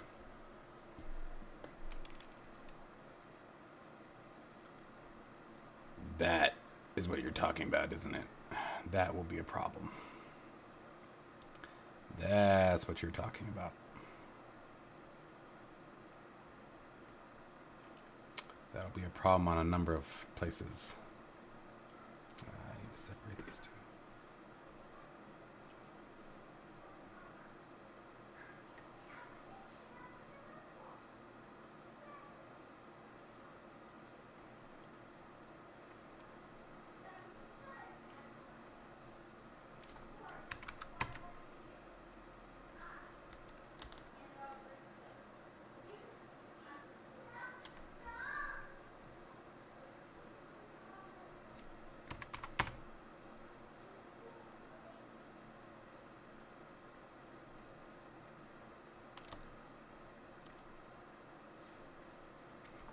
Yeah.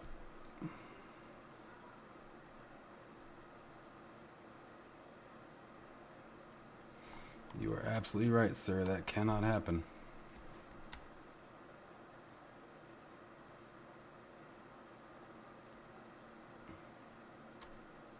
You know, honestly, this can be... Let me redo this piece. I'm not liking that. Because it literally can be 1 millimeter. It doesn't have to be much. We'll make it 3.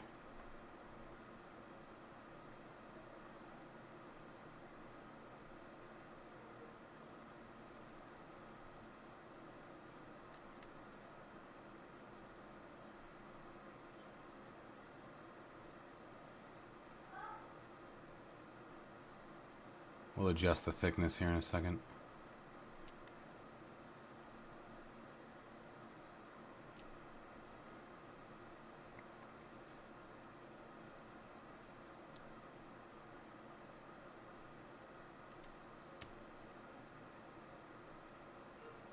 Damn it, it's expanding it in uniform and I don't want it to. There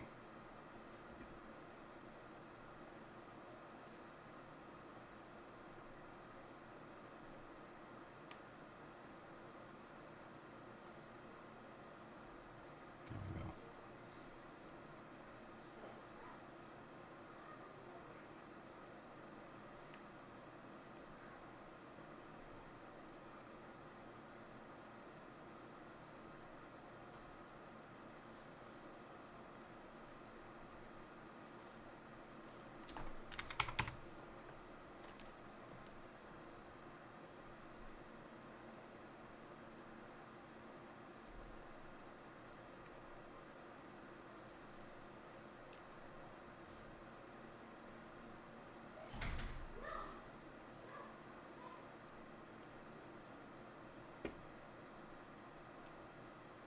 That's better.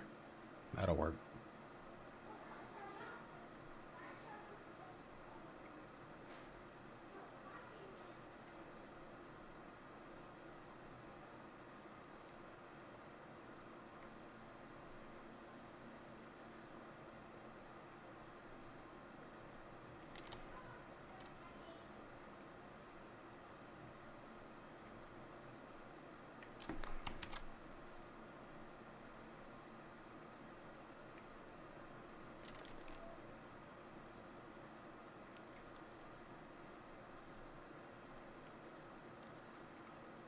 I gotta fix that. That's a gap.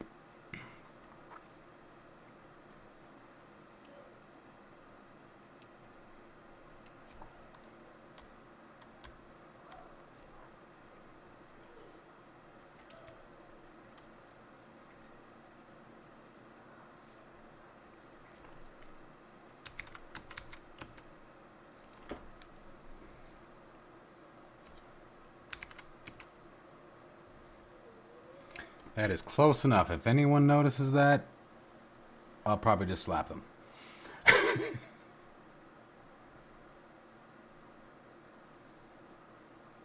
It's still there.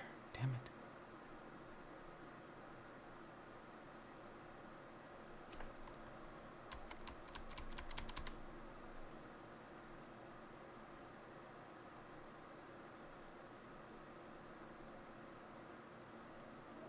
Oh, there it is. That's why it's opening. I see what's going on there.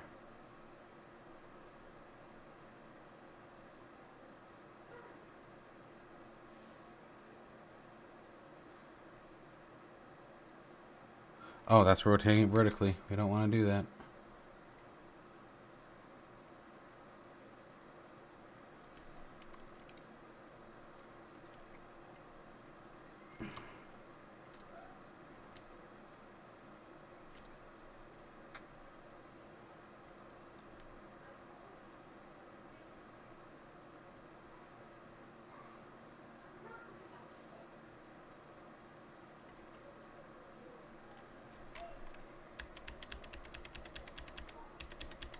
All right, that's in there now.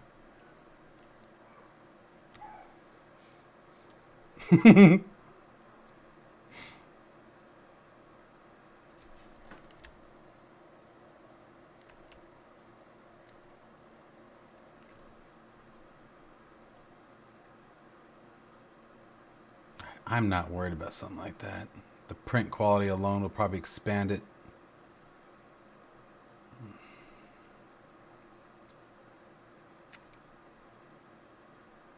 I don't know how much I feel like fighting with that still. And I'll bet what we could do here. Let's do this. Nope, too much. So if we group these, I bet what we could do is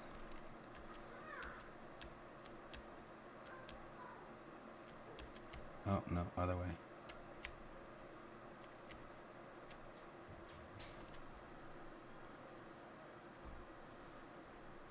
And how does everything over here still look?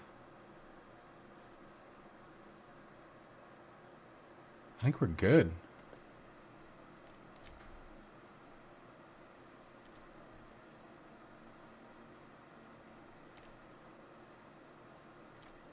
There, that's not too bad, yeah?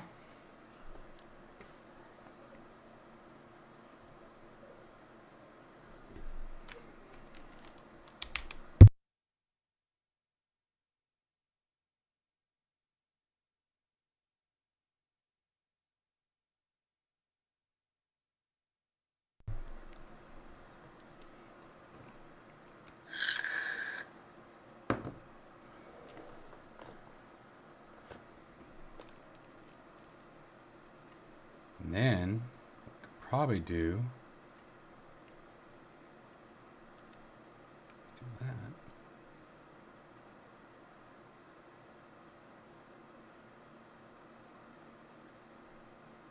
That should work.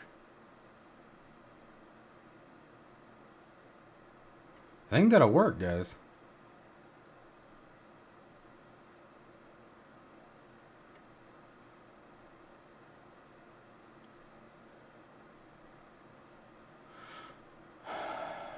Maybe we should fill in this spot here to add some durability.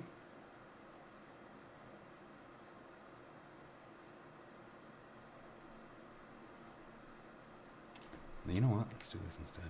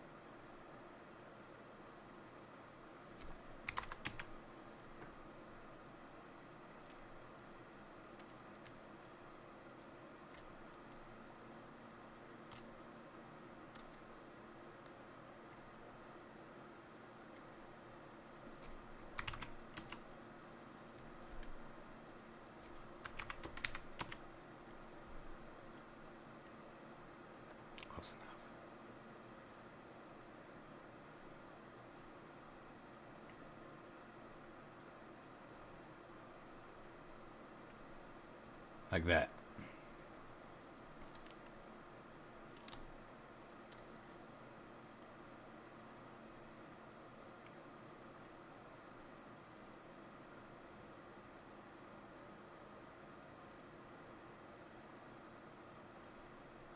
And I think that should be enough structural integrity.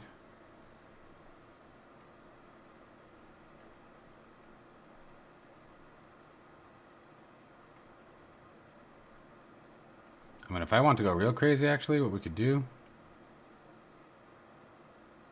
No, that's not necessary. That'd be overkill. I don't think so, Fred. I do not believe so, sir.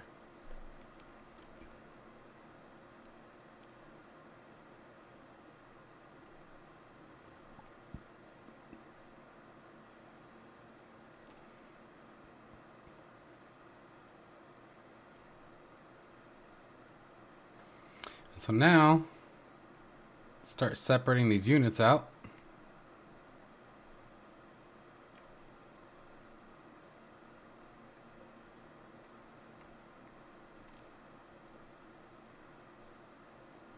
Let's hide that.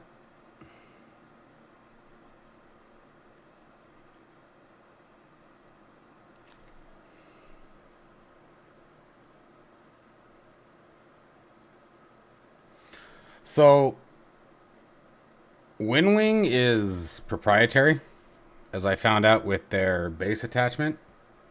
Huh, I thought I had it over here. Oh, no, it's down there. Everybody else, let me show you.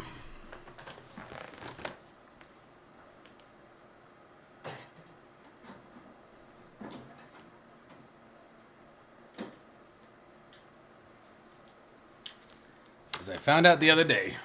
So this is Virpil, which is dirty. The Virpil base has the threading on the base and the collar on your grip.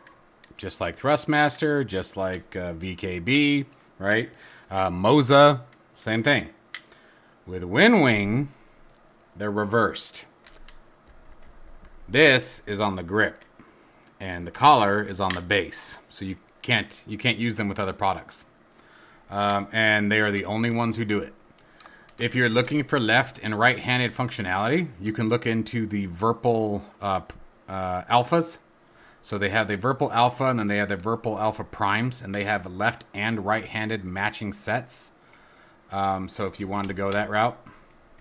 And then plus, Virpil has the Top Gun grip, so you can always say, too close for missiles, switching to guns, and flip the switch. And as long as you hit it on guns on the first try, you're a pro.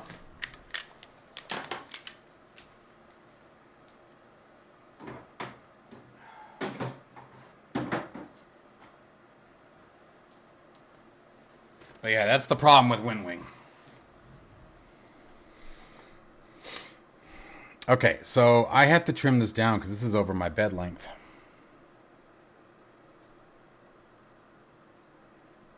It's going to have to be this side.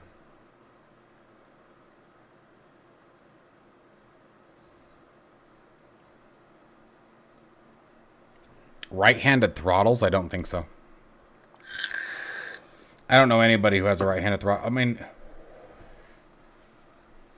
I guess, are you looking for combat? Like, I don't know anyone who has a right-handed throttle that is designated right hand. I guess, what's the use case? What are you trying to do?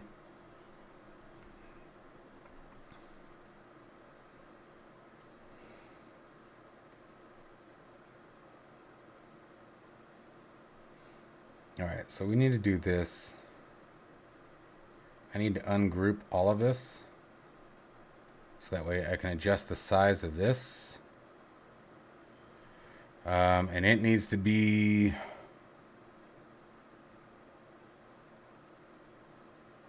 Shit, I don't know if I can. I'm going to have to cut this in half. I don't think I have a choice.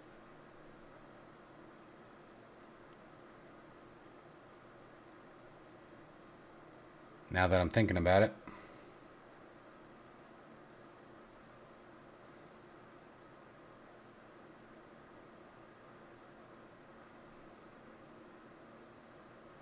I can't even stand it up on edge and print it in one print.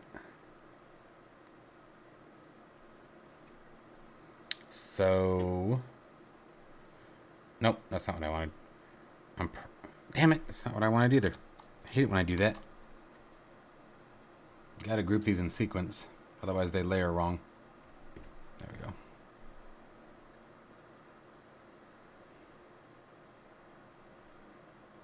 Oh, if you're wanting a combat throttle on the right side, I don't know of anyone who does that.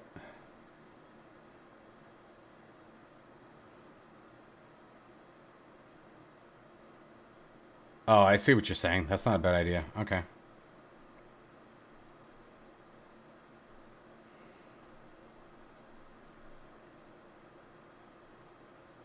What is that distance?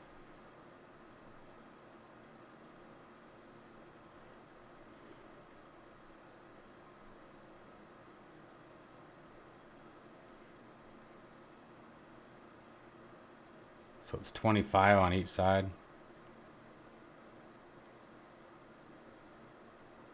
If I were to cut 14 off of each side, that should work.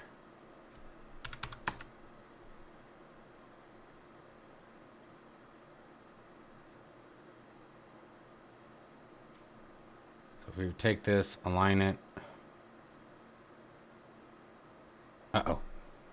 Didn't want you to do that. Hang on, let me redo this before I go screwing everything up.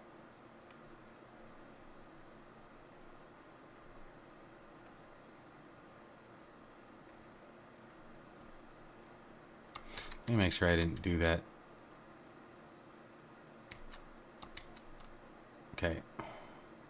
I'm worried that I moved this at some point, so I'm redoing that.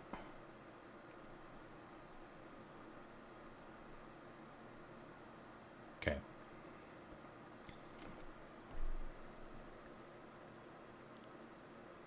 No, I'm 256 by 256 by 256. So even if I stand it up, I'm outside of its vertical limit on my printer. I like what Beard suggested, or Al suggested. So we'll do that. We'll split the difference here, more or less. Let's align it. Okay. And then we want... That didn't even align it, you jerk. What the hell was the point of that?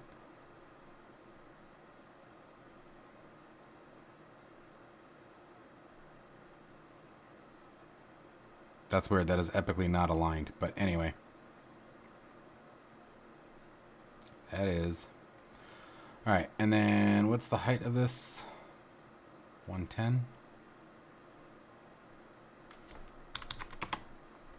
Okay. And the width is 100.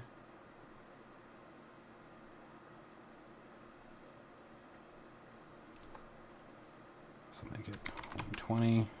Of course you would do that.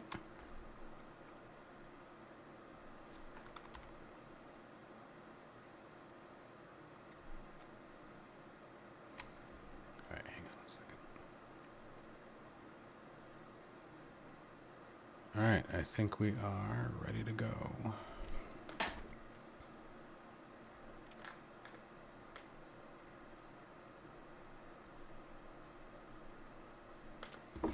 Okay.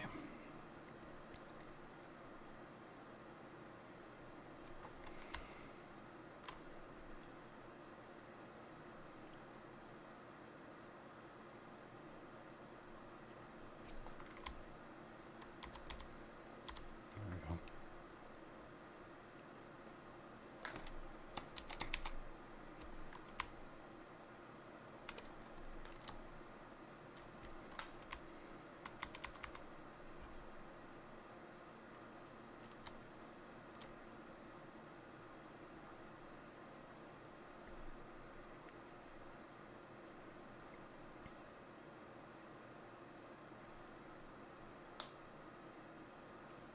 There we go.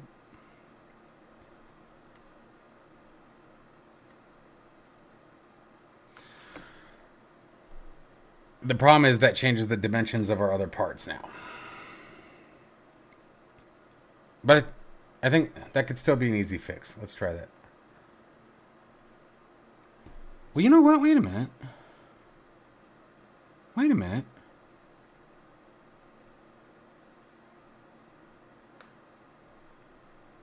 If I just take these two.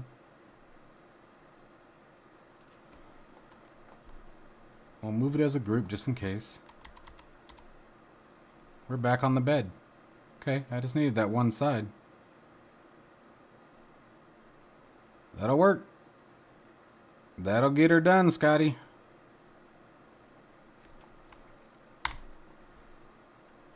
And then we don't have to change anything on the other side. Which is where all the weight and extra support is going to be needed, so. Barely, but it cuts it. Like hell, let's find out right now. You son of a bitch. There. So we're going to right click, export the selected shape to an STL. Even though that's not what I wanted to name it, that's all right. Downloads.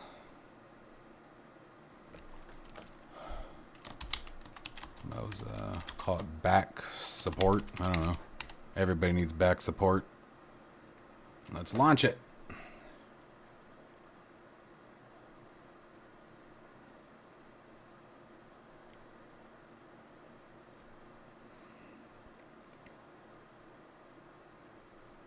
There it is. Yeah, we're on. It's close, but we're on. Now, I do want...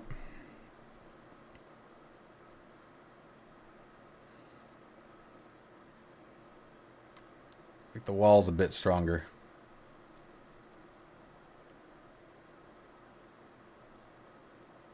Oh, you know what? No, I don't think that's what I wanted. I can do two. I want the infill.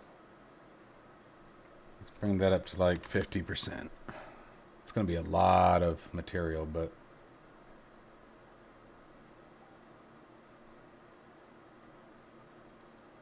and that's it. She's ready to go. Okay. Printing. How much time we got? Let's see here. 8 hours to print this. Holy crap. It's because of that infill. Ah, do I really need 50%?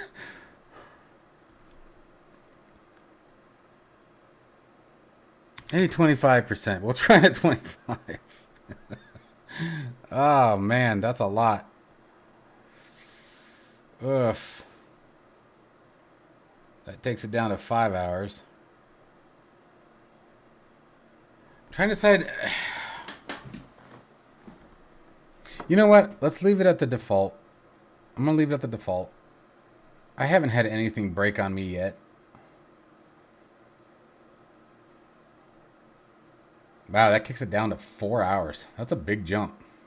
And then we can kick that up, the speed up, because this is a very simple design. I can kick the speed up to 166%. So that'll cut it down to about 2 hours. 2.5, give or take. So here we go. Now because it is a larger piece, I will do the auto bed leveling and the flow dynamics calibration. And send it.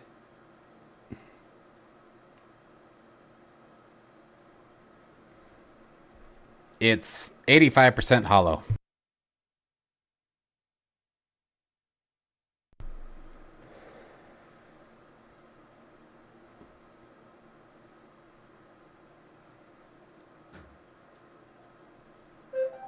And I can hear the printer coming on again. And so now, let's do this. Let's move this off the bed. Let's see what we can do here. We're probably going to have to break this down into pieces. Maybe not. Oh my gosh, are you kidding?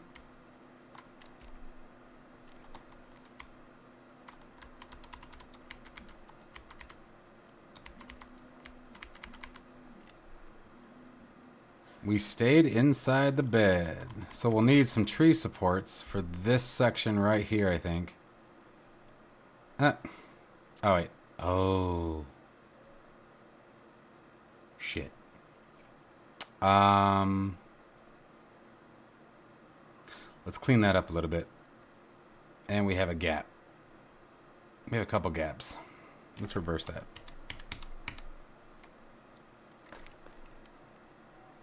We have a couple gaps.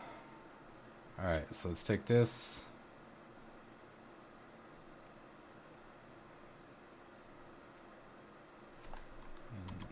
Oh, I forgot I said that.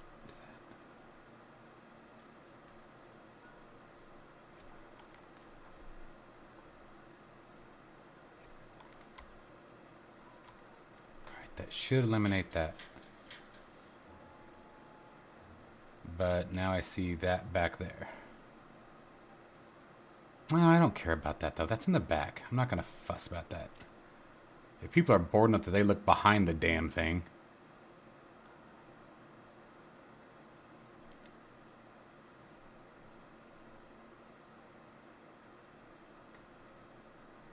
Hang on, buddy. I'm seeing your comment. Give me a second, and I'll ask you why. I think that's just an angle. I don't think that's a gap. I think that's just a angle line. I don't think I need to worry about that. It looks like it might be a recess. That's exactly what it is. Hang on. We'll fix that too.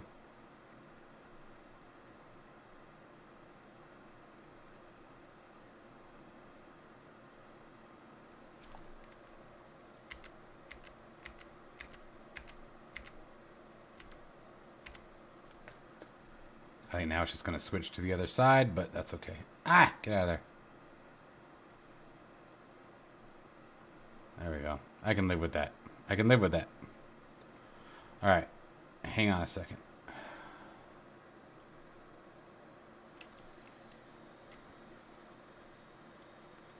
Sometimes navigating this can be a real pain in the butt.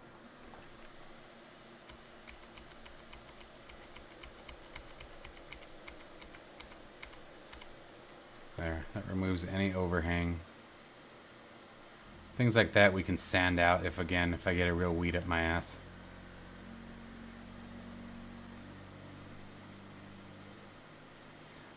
Alright, why on the face?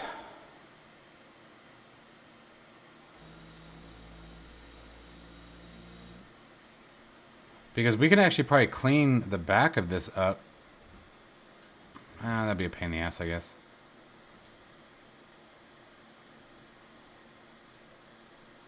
Really? It's gonna print this okay?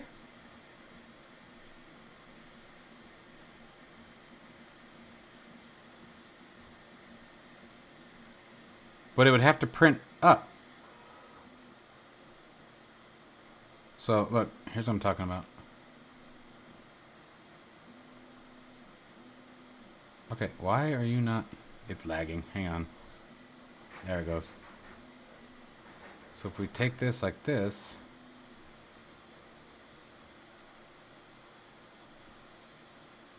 It still have to... There's supports would be needed right there. Really? You think so? Guess we'll find out when we slice it. Alright. Hey, I'm down. I'm not trying to make life harder.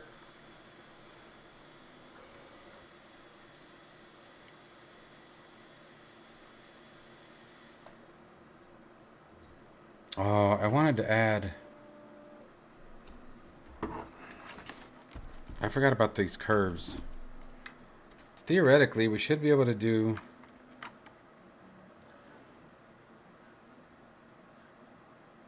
from the top of one curve to the top of the other, guesstimating... It's about 12.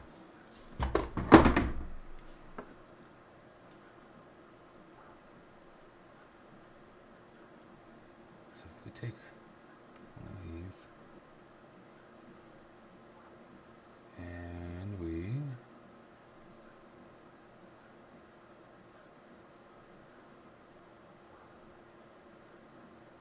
this turns it that way. That's not what I want to do. want you to turn vertically, damn it. Mercy. Can you get out of the way? Thank you.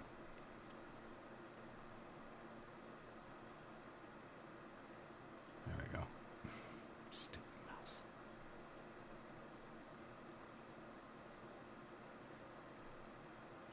There. Thank you.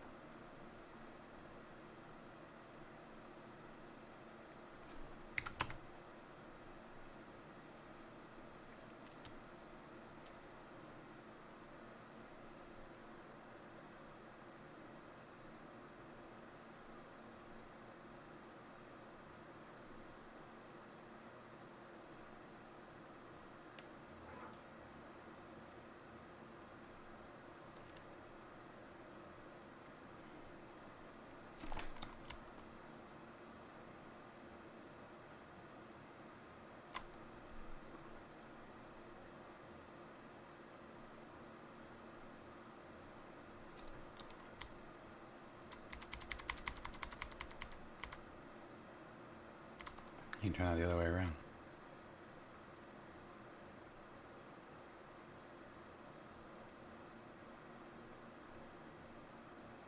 No.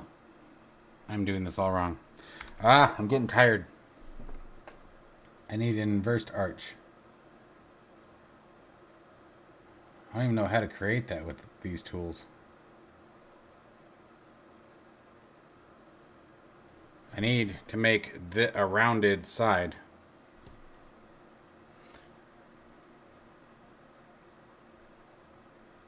Oh, okay, cool. I didn't know that. Nice. You know what? I'm going to leave that as is. And if I really want to, I'll do a rubber infill. Let's make this...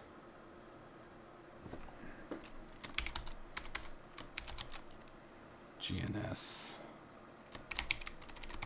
throttle export selected objects STL. All right, and that should be it. That's gonna be a lot of print. Oh, that guy. Let's call it a spacer.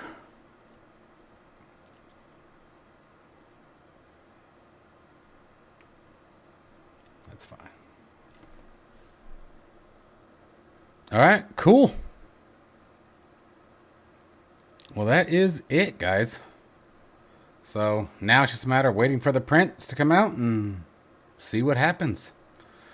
So with that in mind, I'm going to go and start disassembling the cockpit because I got to move things around. And then I'm going to hook up the welder in the garage, do a little bit of cleaning out there.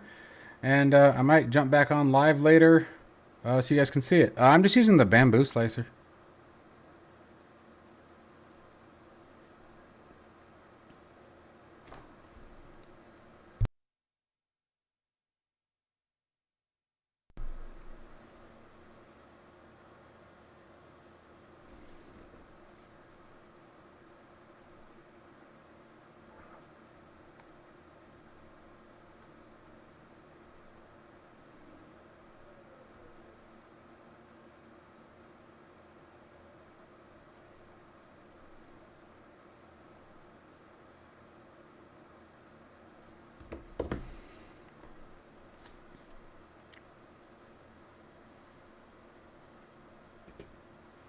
So we can even see. Let's prepare it real quick.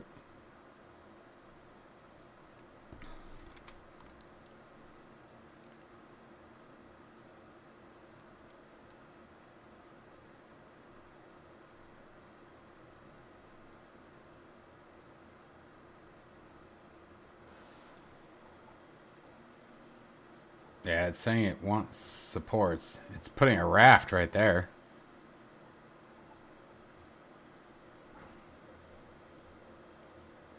I wonder if it's not completely flat. Let me try something.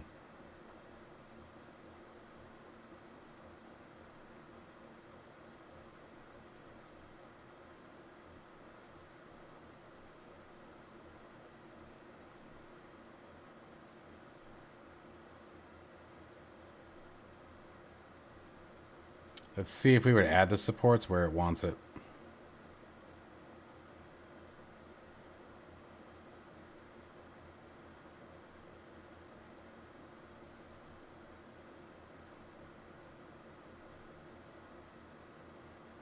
Yeah, it's underneath that trim. Let's rotate it and see what it does.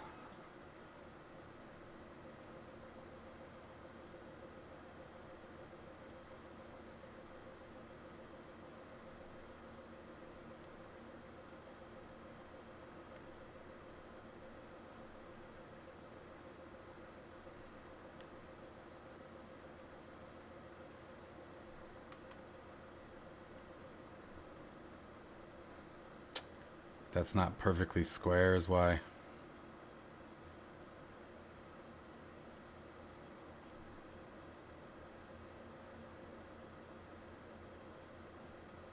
Right.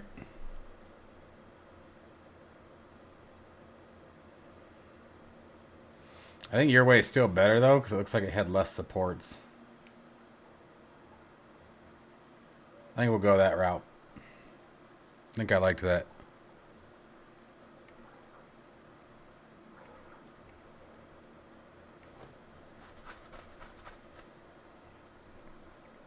That seemed to do better.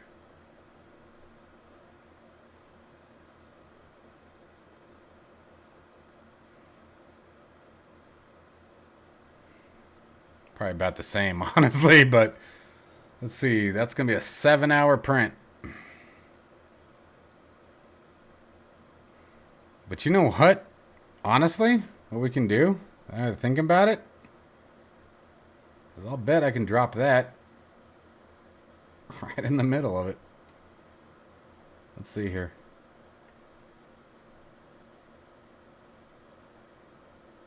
Get it all done in one shot.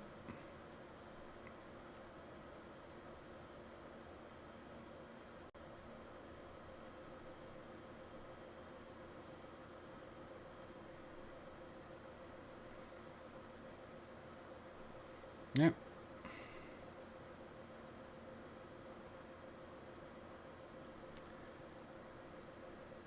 So that'll be 11 hours, guys. 11 hours. So as soon as the one that's printing right now is done, in about 3 hours, we'll get this started. So we won't see this until tomorrow. But cross your fingers it all goes well on the first try. And we'll see what happens. But anyways, guys, I hope you guys enjoyed the video. Thanks for hanging out. I know this was sort of a lamer one, a little bit quieter one. It was a little bit interesting, but anyway, head's kind of in a weird space today. But as always, guys, thanks for chilling. Stay tuned for the next one where we'll be hopefully assembling all of this and seeing how it all comes together. So stay tuned and see you in the next one.